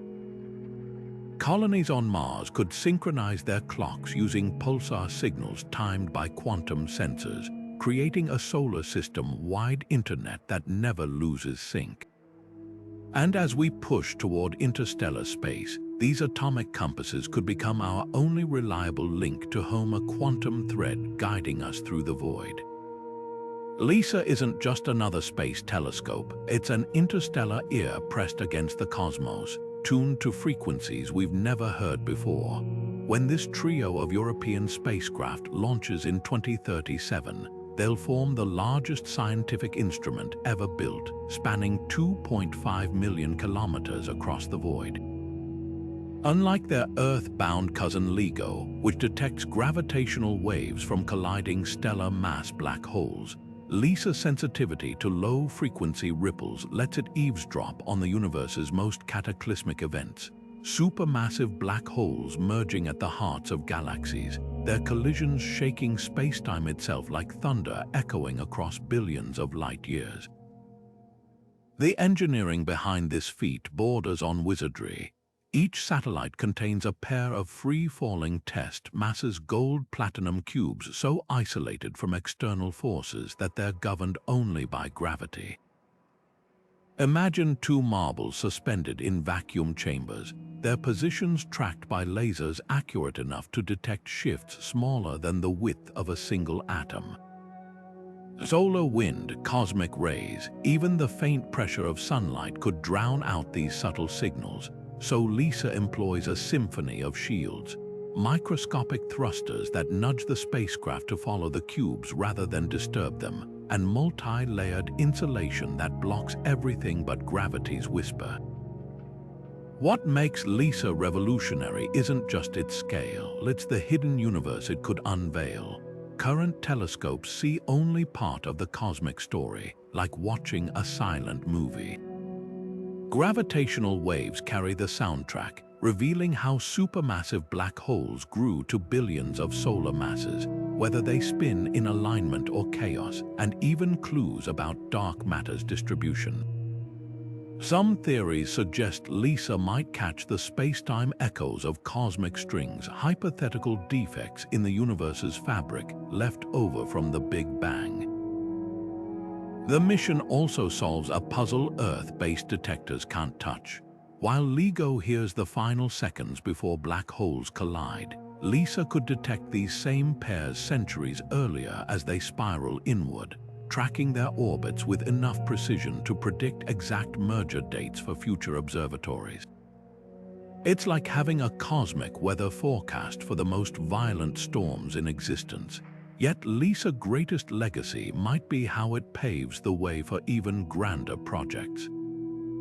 The same precision free-fall technology could enable spacecraft to map the solar system's gravity field in unprecedented detail, revealing hidden asteroid masses or subsurface oceans on icy moons. And those ultra-stable test masses, they're the great-great-grandparents of sensors that may one day guide interstellar probes through the void between stars. Of course, keeping those test masses pristine requires overcoming an often overlooked challenge: the relentless rain of cosmic dust. Even a single micrometeoroid strike could send false signals, which is why LISA designers borrowed tricks from another cutting-edge system, electrodynamic dust mitigation, the same technology being tested for lunar bases. By applying electrostatic fields to repel charged particles, they've created the cleanest environment in history, far from Earth's contaminating atmosphere. It's a reminder that the quietest places in the universe sometimes require the most sophisticated shields. Moon dust isn't just dirty, it's downright destructive. Unlike Earth's weathered sand, lunar regolith is a nightmare of jagged, glass-like particles forged by eons of meteorite impacts and unfiltered solar radiation. This abrasive powder clings to everything like electrostatic Velcro, grinding down spacesuit seals, scratching camera lenses, and coating solar panels until they're useless. During Apollo missions, astronauts found their gear caked with it after short moonwalks, the dust so stubborn it resisted brushing and even infiltrated their lunar module. But NASA's breakthrough electrodynamic dust shield technology is about to turn this menace into a manageable nuisance using nothing more than the power of static electricity. The solution is as elegant as it is effective. Thin, transparent electrodes embedded in visors or solar panels generate alternating electric fields that literally shake dust particles loose. Picture microscopic vibrations traveling across a surface, lifting and flinging away regolith like tiny invisible brooms. Tests aboard the International Space Station proved these shields can maintain 98% cleanliness on solar arrays over months of exposure, a game-changer for Artemis missions where lunar nights last 2 weeks and every watt of power counts. The same principle applies to spacesuit visors. No more scratched lenses obscuring astronauts' views of the lunar landscape, but the real genius lies in scalability. Future Mars rovers could coat their instruments with self-cleaning panels, automatically repelling dust during the planet's global storms without wasting precious energy on mechanical wipers. Solar farms at lunar poles might deploy roll-out versions, their shimmering surfaces kept pristine by pulsing electric fields synchronized to the moon's day-night cycle. Even rover wheels could integrate these shields, preventing the sticky buildup that plagued Curiosity's aluminum treads. The technology's potential extends beyond cleanliness. By studying how different voltages affect dust behavior, scientists are uncovering ways to potentially sort regolith by composition using electric fields to separate iron-rich particles for mining from silica grains perfect for 3D printed habitats. It's a reminder that sometimes the simplest solutions harnessing forces we've understood for centuries can solve problems that seem insurmountable. Yet staying one step ahead of Martian dust storms requires more than clever shields. It demands foresight. That's where another innovation comes into play, one that turns unpredictable weather into a solvable equation.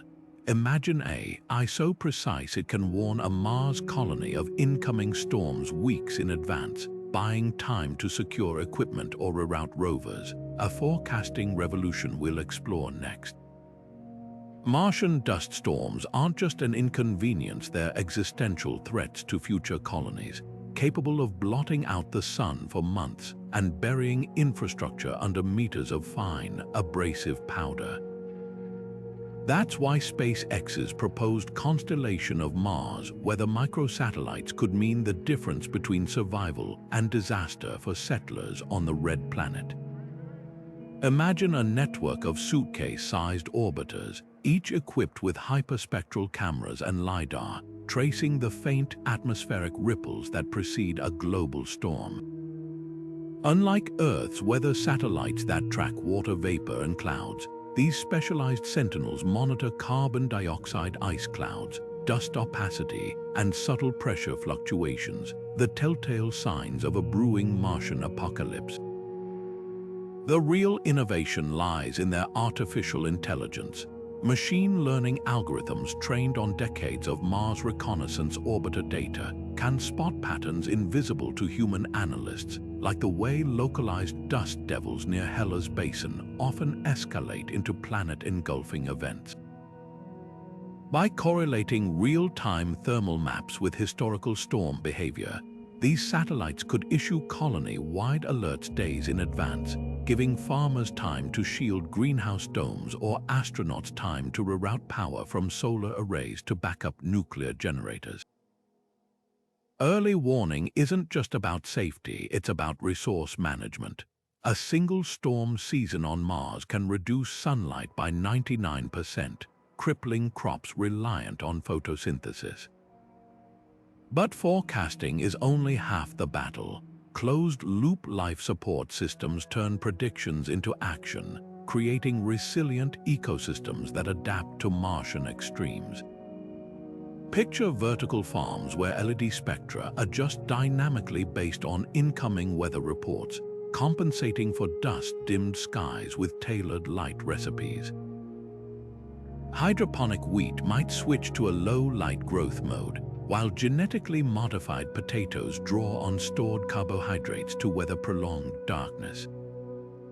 The same satellite data guiding storm preparations could optimize water recycling, triggering emergency protocols that reduce transpiration losses when greenhouse humidity drops.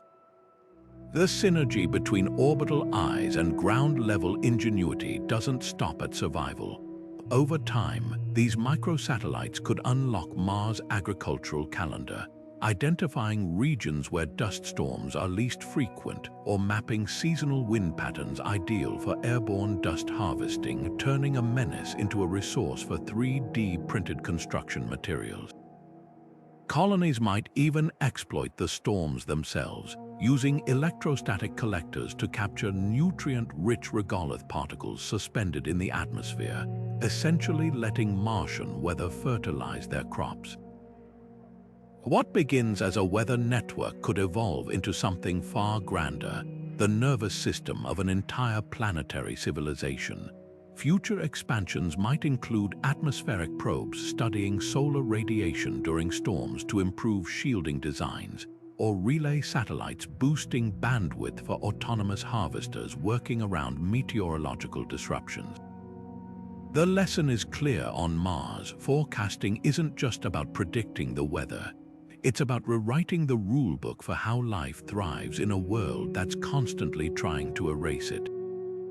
Now, let's shift focus from surviving Martian storms to something even more ambitious: harnessing them. Because buried in those swirling dust clouds lies an unexpected key to transforming the red planet's barren landscape into something astonishingly Earth-like. Bioregenerative life support systems are turning spacecraft and lunar bases into high-tech farms where every breath and bite is part of an intricate ecological dance. China's Lunar Palace One experiment proved this isn't just theory, it's survival science in action. For 105 days, volunteers lived sealed inside a mock lunar habitat, their oxygen supplied by wheat grown under specialized LDs, their protein coming from mealworms fed on crop waste. This closed-loop system achieved 98% water recycling and 100% oxygen regeneration, proving that space agriculture isn't just about food, it's about creating living, breathing ecosystems in metal cans. NASA Advanced Plant Habitat takes this further with precision agriculture tuned to zero gravity. Unlike Earth-sun-drenched fields, these orbital gardens rely on adjustable LED arrays that bathe plants in specific light recipes, more blue spectrum for leafy greens, extra red for fruiting crops. The International Space Station's veggie growth system has already yielded everything from spicy radishes to nutrient-packed zinnias, but the real breakthrough lies in their dwarf wheat strains. These genetically modified plants stand just 30 centimeters tall, yet produce grain with 20% higher caloric density than terrestrial varieties, a crucial edge when every gram of harvest counts. The secret weapon, synthetic biology. Researchers at the University of Florida have engineered lettuce with extra antioxidants to combat space radiation damage in astronaut cells, while startups like Bioserve Space Technologies are developing self-fertilizing crops whose root microbes fix nitrogen from recycled urine. Picture Martian greenhouses where potato plants glow faintly under UV lights, not for decoration, but because they've been modified to produce bioluminescent markers when nutrients run low, creating a living dashboard of soil health. What makes these systems revolutionary isn't just their efficiency, it's their resilience. Traditional life support relies on fragile mechanical scrubbers and tanks of compressed gas, but a well-tuned bioregenerative system actually gets stronger with time. The more astronauts exhale CO2, the faster the plants grow. The more they harvest, the more compost feeds the next crop cycle. ESA's Me-Li-SSA project takes this to the extreme, using spirulina algae to simultaneously purify water, generate oxygen, and provide protein, all while requiring less energy than a microwave. Yet the ultimate test is coming. NASA's upcoming biofabrication facility will attempt something unprecedented, printing human tissue in space using nutrients derived from onboard crops. Imagine a future where broken bones are repaired with calcium from orbital-grown kale, or where personalized medicines are synthesized from genetically tailored space tomatoes. This isn't just farming.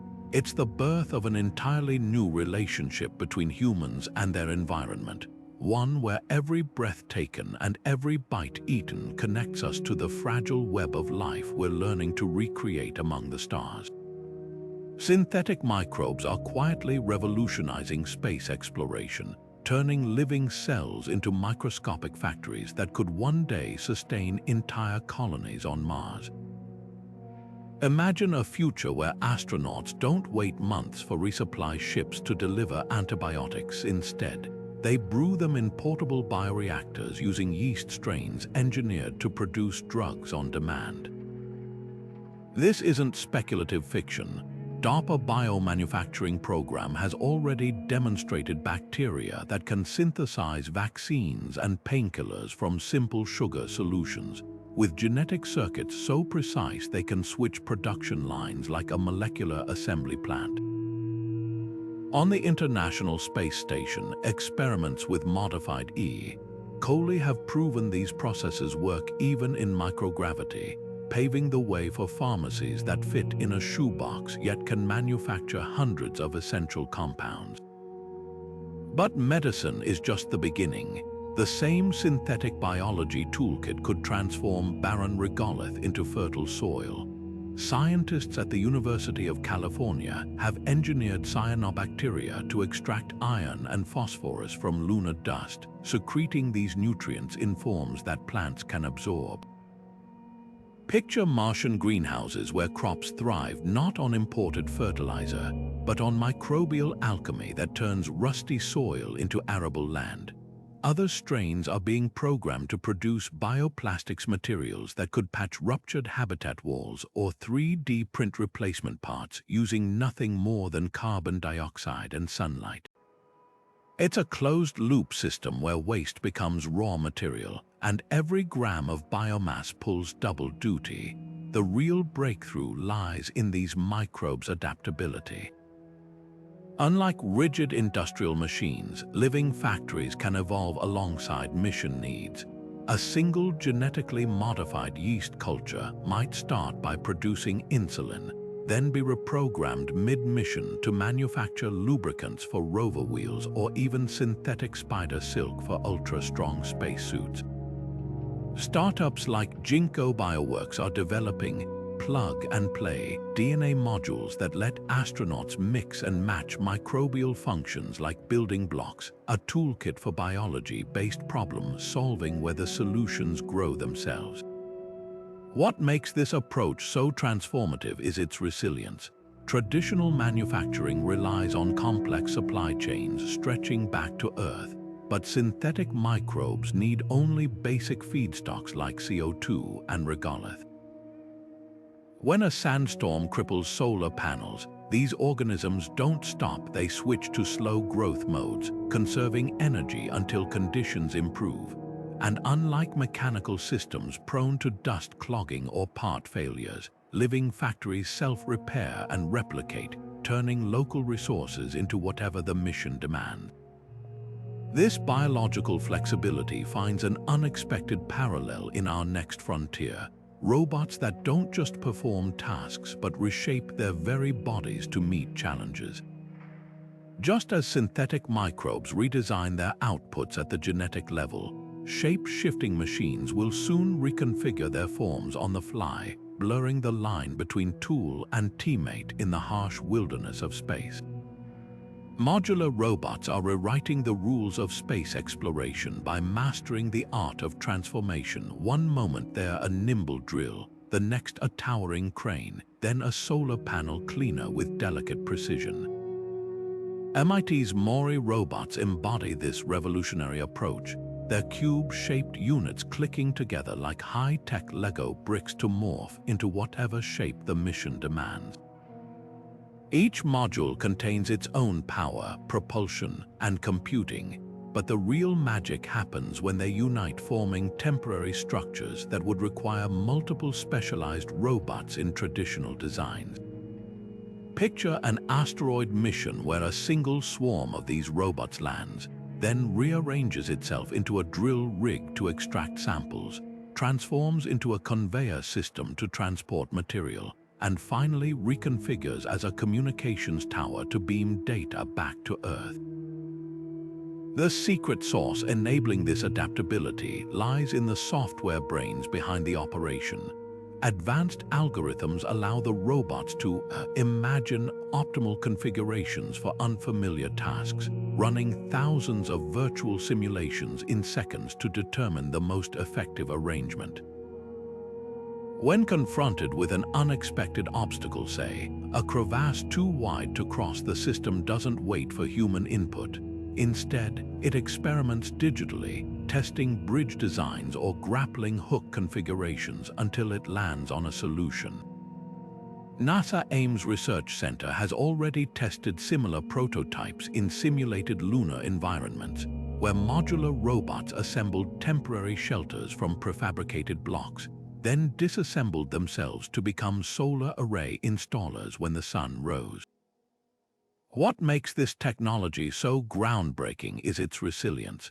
Traditional robots fail completely if a critical component breaks, but a modular system simply discards damaged units and reorganizes the remaining ones. During testing, researchers severed connections between multiple Mori robots mid-task only to watch the system redistribute functions seamlessly, like ants reforming their line when disturbed. This built-in redundancy could prove invaluable during months-long asteroid missions where repair isn't an option. The applications extend far beyond simple shape shifting. Some prototypes incorporate specialized modules. One might contain a high-resolution microscope, while another carries a mass spectrometer, allowing the collective robot to perform complex scientific analysis by passing samples between its transformed parts. Future versions could mix and match propulsion types, combining wheeled modules for flat terrain with climbing units for crater walls, creating the ultimate all-terrain explorer from a single deployable system. Yet the most exciting frontier may be how these robots learn. Unlike pre-programmed machines, modular systems employ collective artificial intelligence where each unit contributes to problem solving. When one discovers a better way to grip rocky surfaces or conserve power during dust storms, that knowledge spreads instantly through the swarm. It's evolution in fast-forward adaptation measured in minutes rather than millennia. This fluid approach to robotics finds a surprising parallel in how we're preparing human explorers for the unpredictable challenges of space. Just as modular robots train virtually to master countless configurations, astronauts now rely on immersive virtual reality to rehearse missions they can't possibly simulate on Earth, a seamless handoff from adaptable machines to adaptable minds. Virtual reality has become the ultimate training ground for astronauts, transforming how crews prepare for the unpredictable challenges of space without ever leaving Earth. The European Space Agency's Mars VR system doesn't just recreate the red planet's rust-colored landscapes. It meticulously simulates the subtle tug of Martian gravity, 1/3 of Earth's pull, altering how every tool, swing, and footstep lands. Astronauts strapped into this immersive environment don't merely memorize procedures, they develop muscle memory for scenarios no textbook could capture. From repairing a cracked oxygen regulator in a dust storm to diagnosing a solar array malfunction while wearing bulky gloves. What sets this next-generation training apart is its adaptability. Traditional simulations follow rigid scripts, but Mars VR employs machine learning to analyze trainees' mistakes in real time, then dynamically adjust scenarios to target weaknesses. Stumble during a drill on sealing a habitat breach, the system might introduce a sudden depressurization alarm on the next attempt, forcing rapid problem solving under escalating stress. This AI-driven personalization creates a feedback loop where the simulation evolves alongside the astronaut, pushing skills further with each session. NASA studies show crews trained this way solve complex mechanical failures 22% faster than those relying on static simulations, a margin that could mean life or death on distant worlds. The sensory immersion is about to leap even further. Prototype haptic suits, lined with hundreds of microfluidic actuators, can replicate the gritty resistance of Martian soil underfoot or the precise torque needed to tighten a bolt in pressurized gloves. Researchers at MIT's Space Exploration Initiative have developed gloves that simulate variable friction, making a wrench handle feel slippery in a simulated vacuum or sticky under dust-coated conditions. These tactile cues bridge the gap between virtual practice and physical execution, ensuring astronauts' first real repair on Mars isn't their first attempt. But the applications extend beyond individual training. Multiplayer VR environments let entire mission crews rehearse coordination drills, with time-delayed communications mimicking the 20-minute lag between Mars and Earth. Engineers on the ground can join these sessions as holographic avatars, guiding astronauts through novel problems by sketching solutions in midair, a capability JPL tested during the Perseverance rover's high-stakes landing. What makes this approach revolutionary isn't just the technology, it's the philosophy. Instead of training for specific scenarios, astronauts now develop adaptable intuition, learning to troubleshoot the unknown by mastering core principles in endlessly variable simulations. When the first humans kneel in Martian dust to repair critical equipment, their hands will remember motions practiced 1,000 times in a virtual world millions of miles away. And as these virtual rehearsals grow more sophisticated, they're converging with another frontier: augmented reality systems that overlay real-time guidance directly onto astronauts' visors during actual missions, blending preparation and execution into a seamless continuum. Orbital construction drones are turning science fiction into reality, one robotic weld at a time. NASA's Astronaut project isn't just about building in space, it's about redefining what's possible when you remove the constraints of gravity and launch vehicle dimensions. Picture a swarm of robotic arms, each no larger than a suitcase, working in perfect sync to assemble a telescope mirror the size of a soccer field. Unlike traditional space structures that must fold origami style to fit inside a rocket's payload fairing, these orbitally manufactured behemoths could unfold to scales once unimaginable, their components extruded and fused on demand in the vacuum of space. The secret lies in a breakthrough called ultrasonic additive manufacturing, a process that vibrates metal powder at frequencies high enough to fuse layers together without traditional heat. On Earth, gravity distorts large 3D printed structures as they cool, but in microgravity, molten metal solidifies uniformly, allowing for precision that rivals machined parts. Made in Space, the company behind Arkanauts Tech, has already demonstrated this aboard the International Space Station, where their prototype printer produced aerospace-grade aluminum trusses with crystalline structures impossible to replicate terrestrially. These aren't just improvised space fixes, they're superior materials born from the unique conditions of orbit. But the real game changer is scalability. Current telescopes like James Webb had to engineer around one brutal limitation: the diameter of available rockets. Even with ingenious folding designs, Webb's 18-segment mirror maxed out at 6.5 meters. Arcanaut-enabled structures could theoretically grow indefinitely, limited only by material supply and robotic coordination. Imagine a future where telescopes unfurl like living organisms, their skeletal frameworks printed layer by layer before being clad in self-aligning mirror segments. The same approach could construct massive solar power satellites with kilometers-wide collectors, or space station modules assembled piecemeal from raw materials launched in compact pellets. The implications extend beyond mere size. Traditional space construction requires astronauts to perform risky EVA, bolting components together in cumbersome gloves. Orbital drones eliminate that danger, operating continuously without fatigue or life support needs. During tests, Arcanaut's robotic arm demonstrated the ability to repair damaged satellite components by printing replacement parts directly onto them, a capability that could extend the lifespan of billion-dollar assets by decades. Future versions might harvest defunct satellites for raw material, recycling old spacecraft into new infrastructure right in orbit. Yet the most radical application might be how this technology intersects with another frontier: in situ resource utilization. The same drones that assemble structures from Earth-launched materials could one day build with metal extracted from asteroids or lunar regolith. Picture a self-replicating factory in space, where the first generation of drones constructs the second from locally sourced materials, exponentially increasing construction capacity without further launches from Earth.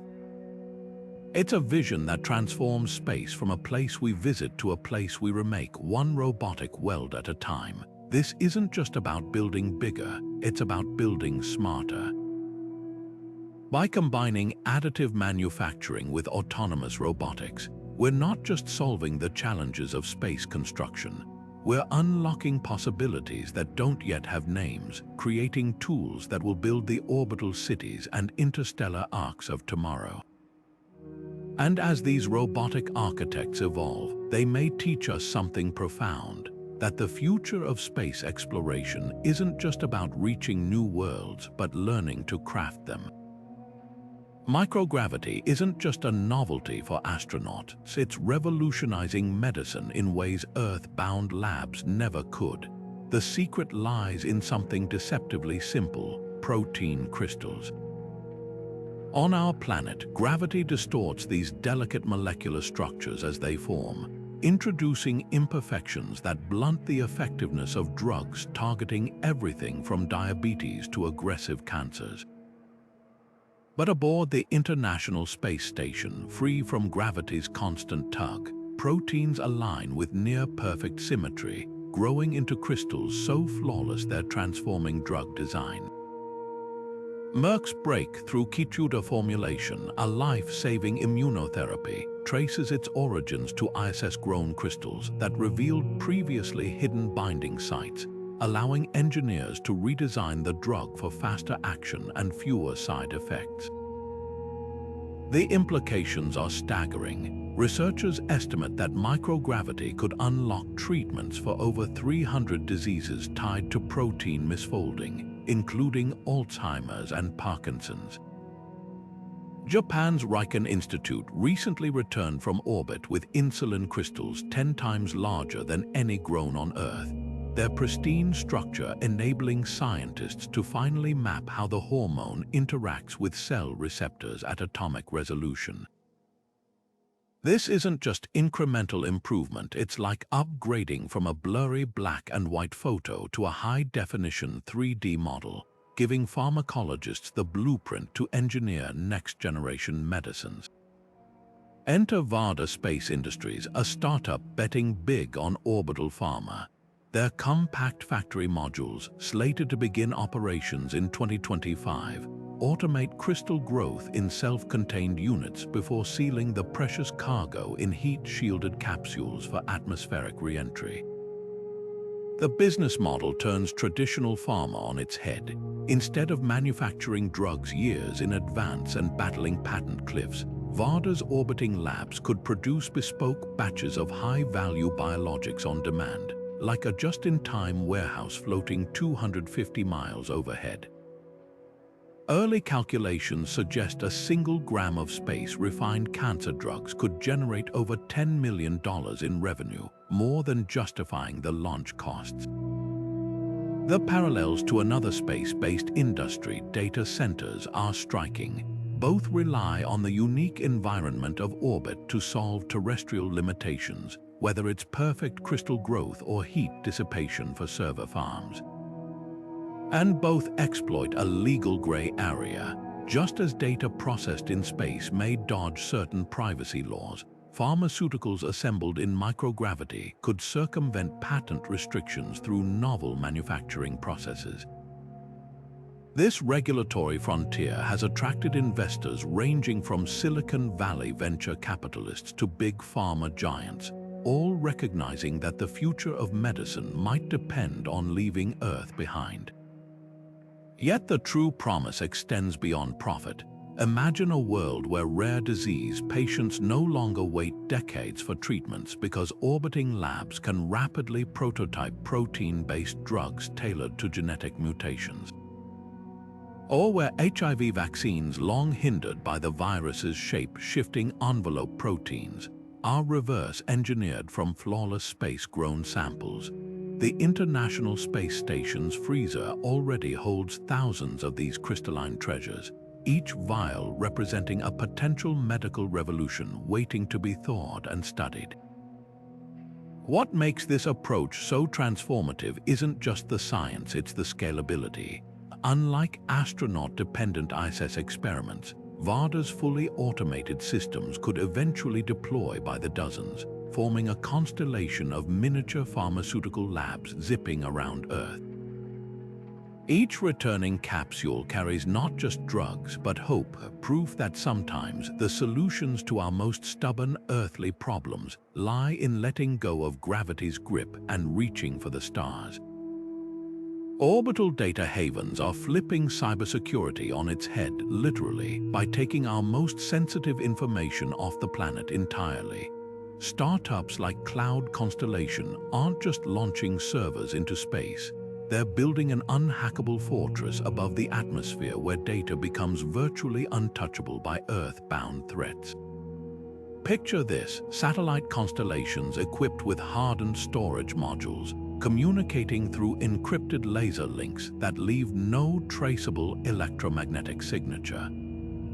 Unlike terrestrial fiber optics vulnerable to physical taps or undersea cable sabotage, these orbital vaults have no wires to cut, no data centers to storm, and no physical access points whatsoever.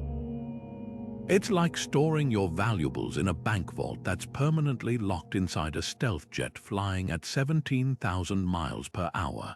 The breakthrough here isn't just security, it's speed. Early skepticism assumed space-based data would suffer from lag, but laser crosslinks between satellites achieve latencies rivaling ground-based fiber networks. Cloud Constellation's tests show data transfers between New York and London via orbital relay actually outperform some terrestrial routes, as light travels faster through the vacuum of space than through glass fibers. Governments and financial institutions are paying attention. The European Space Agency recently validated a prototype that maintained a steady 1.2 millisecond latency between ground stations while shrugging off simulated cyber attacks that crippled traditional cloud servers. But how do you keep these orbital fortresses powered without relying on vulnerable ground infrastructure? The answer lies in space's most abundant resource: sunlight. Solar panels in orbit harvest up to 40% more energy than their Earth counterparts, unobstructed by clouds or atmosphere. Emerging beamed power tech could take this further. Imagine microwave transmitters on solar satellites delivering energy to data hubs without a single physical connection. Hackers can't hijack what isn't wired. The business case extends beyond defense. Pharmaceutical firms are leasing orbital storage for drug patents, while blockchain platforms explore hosting ledgers in space to prevent tampering.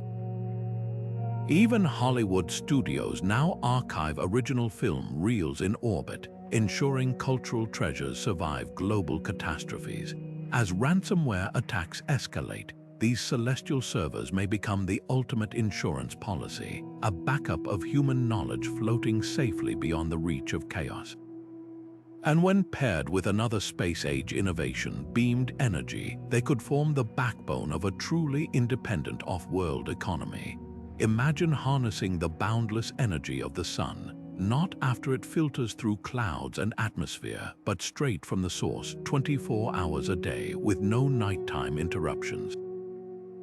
That's the revolutionary promise of space-based solar power, and Caltech's landmark 2023 experiment just proved it's no longer science fiction. Their orbiting prototype, about the size of a picnic basket, did something extraordinary. It converted sunlight into microwaves and beamed them wirelessly to a receiver on Earth, where they were successfully transformed back into electricity. The efficiency was modest, just enough to power a light bulb, but the implications are staggering. This wasn't merely a lab curiosity. It was the first small step toward a future where orbiting power plants could deliver clean energy to any point on the globe, regardless of weather or latitude. The technology hinges on two breakthroughs. First, ultra-lightweight photovoltaic panels that are 100 times thinner than a sheet of paper, yet can withstand the harsh radiation of space without degrading.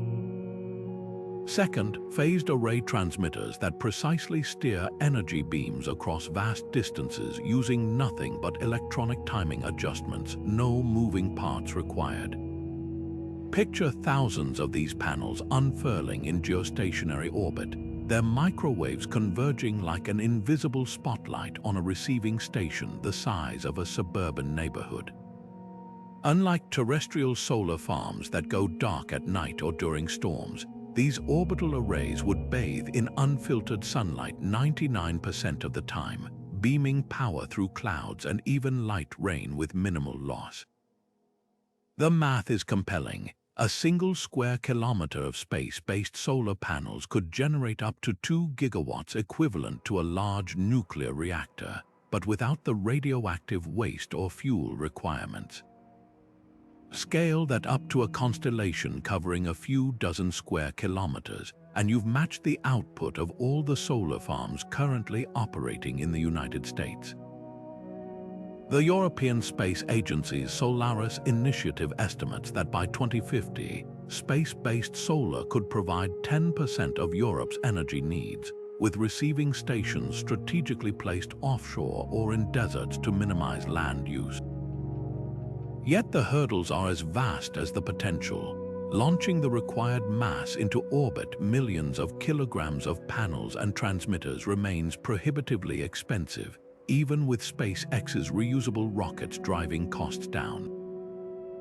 That's where in-space manufacturing could change the game. Instead of launching complete arrays from Earth, future missions might harvest raw materials from the Moon or asteroids, constructing solar satellites using robotic factories in orbit. Another challenge is beam safety. While the microwave frequencies used are non-ionizing, similar to your Wi-Fi router, public acceptance will require rigorous demonstrations that the beams can't wander off target. Caltech's design includes multiple fail-safes, including real-time monitoring by Guardian satellites that would instantly shut down transmission if a beam deviated by more than a few meters. The geopolitical implications are equally profound. A world powered by space-based solar would rewrite energy politics overnight. No more oil embargoes, no pipeline disputes, just a network of orbiting power stations capable of energizing entire continents at the flip of a switch. Countries without fossil fuel reserves could leapfrog directly to space-based infrastructure, while existing energy giants might pivot to become orbital utility providers. It's a vision that unites environmentalists and industrialists, offering a carbon-free energy source that's both inexhaustible and infinitely scalable. What makes this technology so transformative isn't just its potential to replace fossil fuels, it's the ripple effects across other space industries. The same lightweight solar panels could power asteroid mining operations or lunar bases, while the beam-forming algorithms might one day enable interstellar communications. And when paired with another innovation we've explored, modular orbital construction, drones, the dream of a space-based energy grid, inches closer to reality. The cosmos isn't just a place we explore, it's becoming a resource we harness, one microwave beam at a time. Fully reusable rockets aren't just changing spaceflight, they're rewriting the economics of leaving Earth altogether. SpaceX's Starship program is pushing the boundaries with a radical vision, slashing orbital launch costs from thousands of dollars per kilogram to mere pocket change. Picture a future where reaching space costs less than a premium airline ticket, thanks to rockets that land, refuel, and relaunch within hours like commercial jets. The secret sauce, a combination of cutting-edge engineering and sheer scale. Starship's stainless steel airframe isn't just durable, it's designed for hundreds of flights with minimal maintenance, while its Raptor engines use a complex full-flow staged combustion cycle that maximizes efficiency without sacrificing reusability. But the real game-changer lies in the details most rockets ignore. Traditional heat shields ablate away during re-entry, requiring complete replacement after each flight. Starship's solution, a hexagonal thermal protection system that actively cools itself between missions, with microscopic pores releasing coolant vapor to repair minor damage automatically. It's like a lizard regrowing scales, except these scales withstand temperatures hot enough to melt titanium. NASA Ames Research Center has tested similar self-healing ceramics that incorporate tiny capsules of silicon carbide, bursting open under heat to seal cracks before they propagate.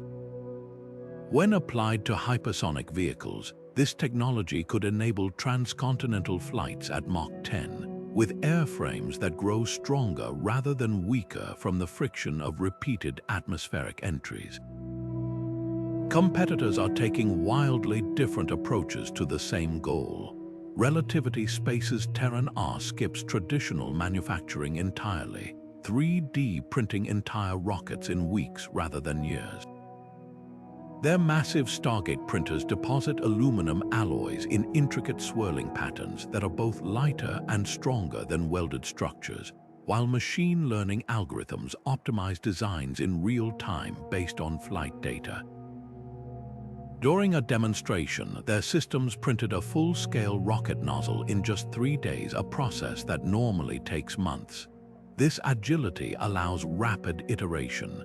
After each launch, engineers can tweak the rocket's digital blueprint and print an improved version almost overnight.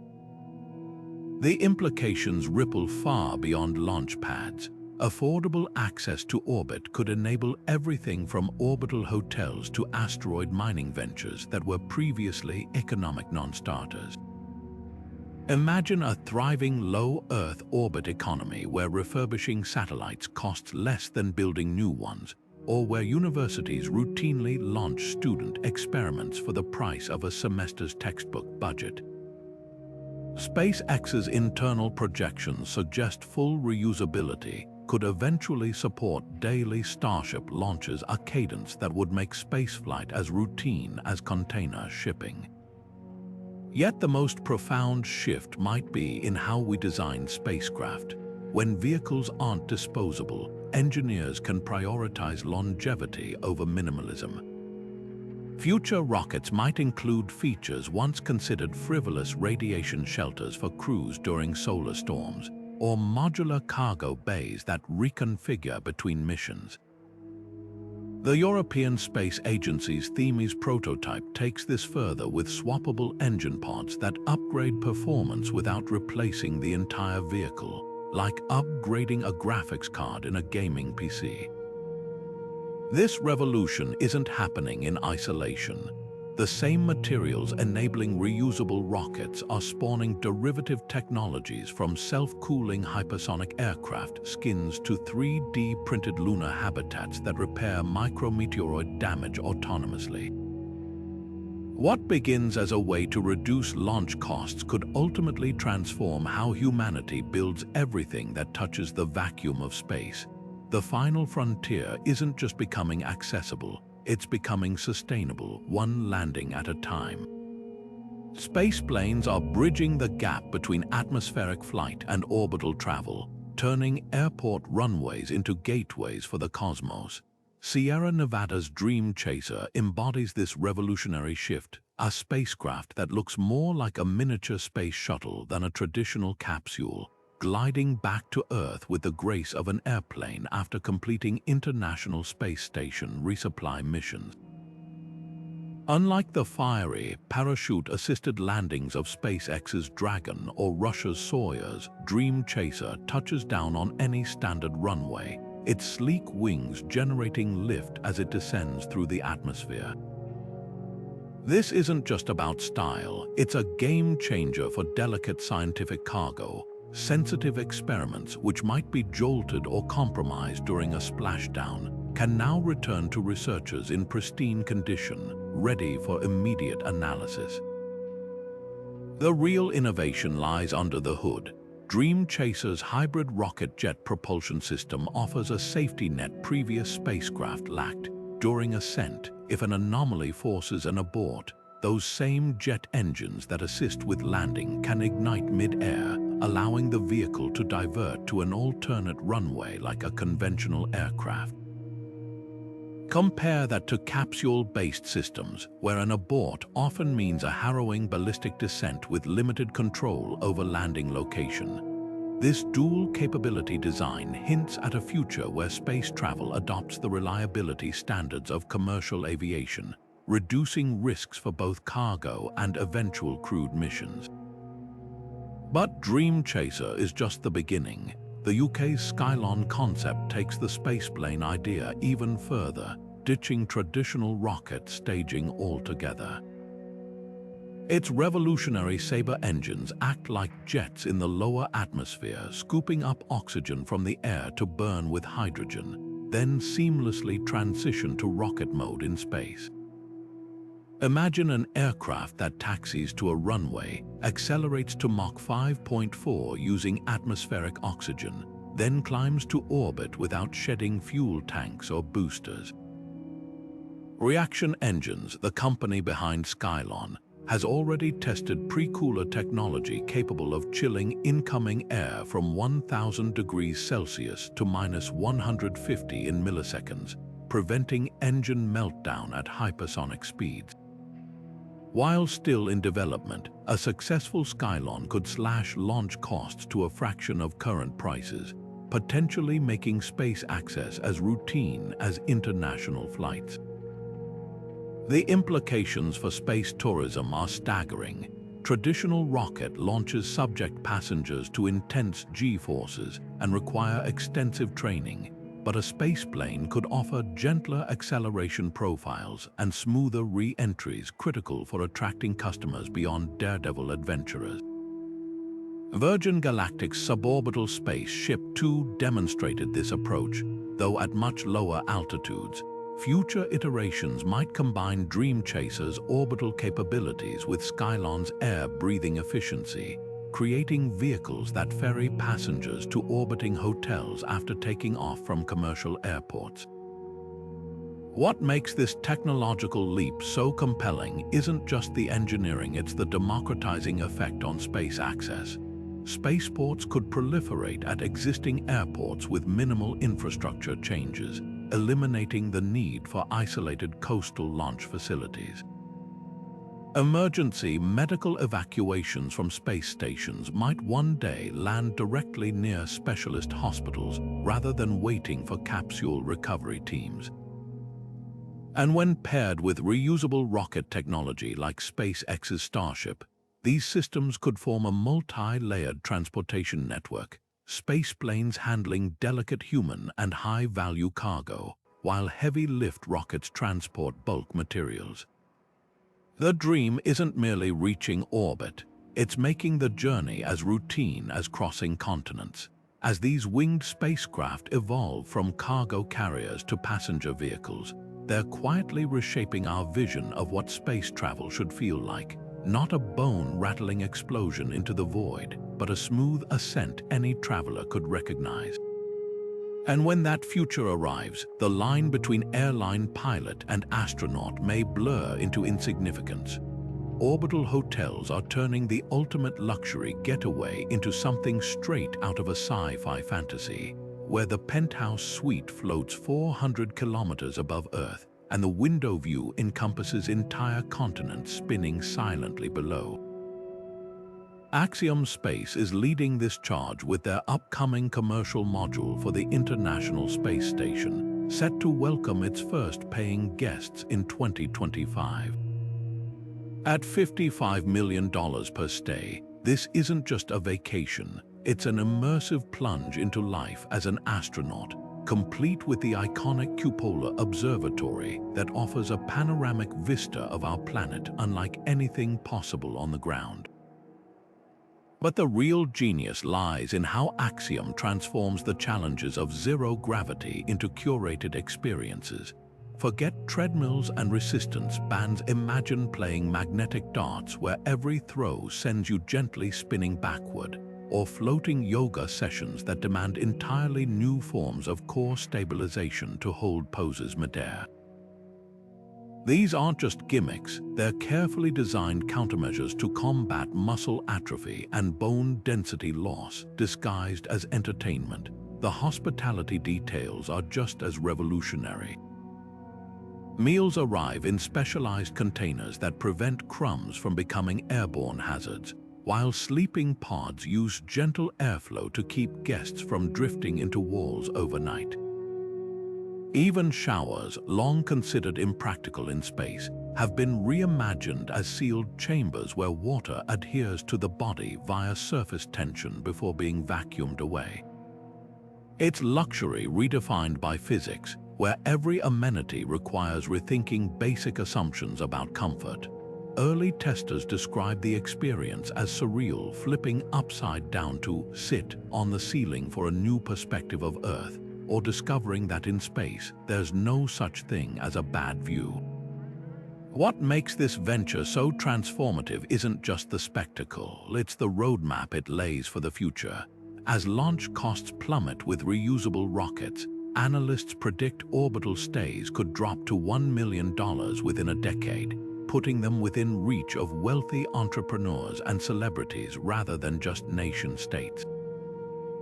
Companies like Orbital Assembly envision standalone hotels with artificial gravity rings, where guests can switch between floating in zero-G lounges and walking normally in centrifugal suites. The crossover potential is staggering. Fashion houses are already prototyping zero-gravity couture that flows elegantly in all directions, while chefs experiment with spherical dishes that hold together without gravity. Yet the most intriguing evolution might be how these hotels intersect with humanity's next great communication leap. Just as 19th century resorts spurred the development of transatlantic telegraph cables, orbital hospitality is driving demand for real-time interstellar messaging systems. Imagine sending video postcards from your space vacation, not just to friends on Earth, but eventually to colonies on Mars, or even relaying messages via laser networks to future generations of explorers light years away. The same infrastructure enabling tourists to live-stream their zero-G acrobatics could form the backbone of a solar system-wide internet, linking far-flung civilizations as seamlessly as we video call across continents today. This isn't merely about indulgence, it's about normalizing life beyond Earth, one wealthy tourist at a time. Every visitor who returns from orbit becomes an ambassador for space habitation, their experiences erasing the mental barrier between here and out there. And when historians look back, they may mark these early orbital hotels not as playgrounds for the rich, but as the first fragile roots of a truly spacefaring culture, one where vacations don't just cross borders, but transcend gravity itself. Interstellar communication might just be the ultimate long-distance call, except instead of cell towers, we're talking about lasers powerful enough to reach neighboring stars and radio telescopes so sensitive they could detect a whisper across the cosmos. At the heart of this cosmic conversation lies Breakthrough Starshot, an audacious plan to send thousands of wafer-thin nanocraft to Alpha Centauri at 20% the speed of light. Each tiny probe, no larger than a postage stamp, would carry a 1-watt laser communication system, firing encoded data back to Earth as it zips past our nearest stellar neighbor. To put that into perspective, a 1-watt laser is barely stronger than a child's toy pointer, yet when focused into an ultra-narrow beam across 4.3 light-years, it could theoretically transmit several hundred bits per second to massive ground-based receivers. That's slower than dial-up internet, but for the first interstellar postcard in human history, every pixel would be priceless. The real engineering marvel isn't just the laser, it's the receiver. Detecting those faint photons after their interstellar journey requires telescopes far beyond today's technology. Breakthrough envisions a global network of kilometer-scale phased arrays, essentially combining hundreds of existing observatories into one virtual dish with the collecting area of a small continent. Adaptive optics would compensate for atmospheric distortion, while quantum-limited detectors could pick out individual photons from the background noise of the universe. Early prototypes at the Very Large Telescope in Chile have already demonstrated the ability to detect laser pulses from satellites, proving the concept works on a modest scale. Meanwhile, back on Earth, another revolution in cosmic eavesdropping is taking shape. The Square-Kilometre Array, set to begin operations in 2030, will be the most sensitive radio telescope ever built, capable of scanning 10 million frequencies simultaneously for signs of intelligent origin. Unlike traditional SETI efforts that target narrow bands like the hydrogen line, SKA's receivers cast an impossibly wide net, analyzing everything from low-frequency radio waves to microwave emissions that might carry artificial patterns. Its dishes, scattered across South Africa and Western Australia, could detect the equivalent of an airport radar from a planet orbiting a star 50 light-years away. But what happens if we actually hear something? The protocols for replying to an extraterrestrial signal have evolved dramatically since the Arecibo message was blasted toward the stars in 1974 without international consultation. Today, scientists at the International Academy of Astronautics have established rigorous guidelines. Any confirmed alien contact should trigger a global discussion involving nations, ethicists, and even public representatives before crafting a response. Some argue for mathematical primers establishing our scientific knowledge, while others advocate sending entire digital libraries encoded in laser pulses.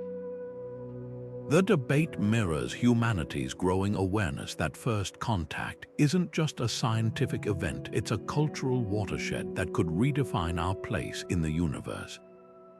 Perhaps the most profound lesson lies in the timescales involved.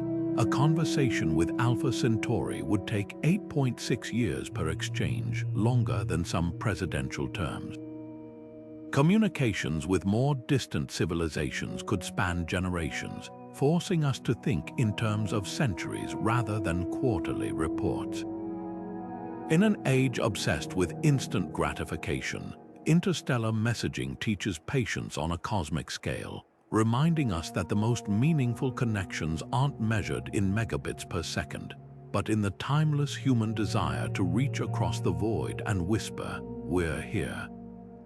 From self-healing spacecraft to AI-powered Mars meteorologists, these 32 innovations aren't just changing how we explore space, they're rewriting the story of human potential. Think about that for a moment. The same technologies letting us decode the atmospheres of distant exoplanets are also helping farmers on Earth predict droughts with uncanny accuracy. The plasma engines that might one day propel us to Alpha Centauri are already refining cancer treatments through precision radiation therapy. Every leap forward in space tech sends ripples across our entire civilization, proving that the cosmos isn't some far-off destination. It's the ultimate testing ground for ideas that transform life right here at home. Consider the quiet revolution happening in materials science. Those self-repairing hulls designed to patch micrometeoroid damage. They've inspired smart coatings for bridges and pipelines that detect corrosion and release healing agents autonomously, preventing disasters before they happen. Or take the quantum gyroscopes guiding interstellar probes. Their atomic-level precision is now helping neurosurgeons map brain activity with unprecedented clarity. Even the humble space blanket, originally developed to regulate satellite temperatures, saves thousands of lives annually as emergency insulation for hikers and disaster survivors. The line between space technology and everyday miracle blurs a little more with each passing year. What's truly remarkable is how these innovations feed off one another. Swarm robotics designed for asteroid mining are now tackling ocean cleanup projects, while the AI algorithms that navigate Martian dust storms help urban planners model traffic flows in megacities. It's as if solving the universe's hardest problems gives us a toolkit for everything else, and perhaps that's the most profound lesson here. When we aim for the stars, we inevitably lift Earth in the process. So the next time you see a rocket streak across the sky, remember, you're not just watching a machine climb through the atmosphere. You're witnessing the future take shape, one audacious idea at a time. Whether it's the promise of clean energy beamed from orbit or the dream of standing on an exoplanet, these breakthroughs remind us that humanity's greatest asset has always been our boundless imagination. The question isn't what's next, but where do we dare to go? Drop your favorite innovation in the comments. We're all part of this conversation. And if you've enjoyed this journey through the cutting edge of exploration, hit subscribe. The universe has plenty more surprises in store, and we'll be here to unpack every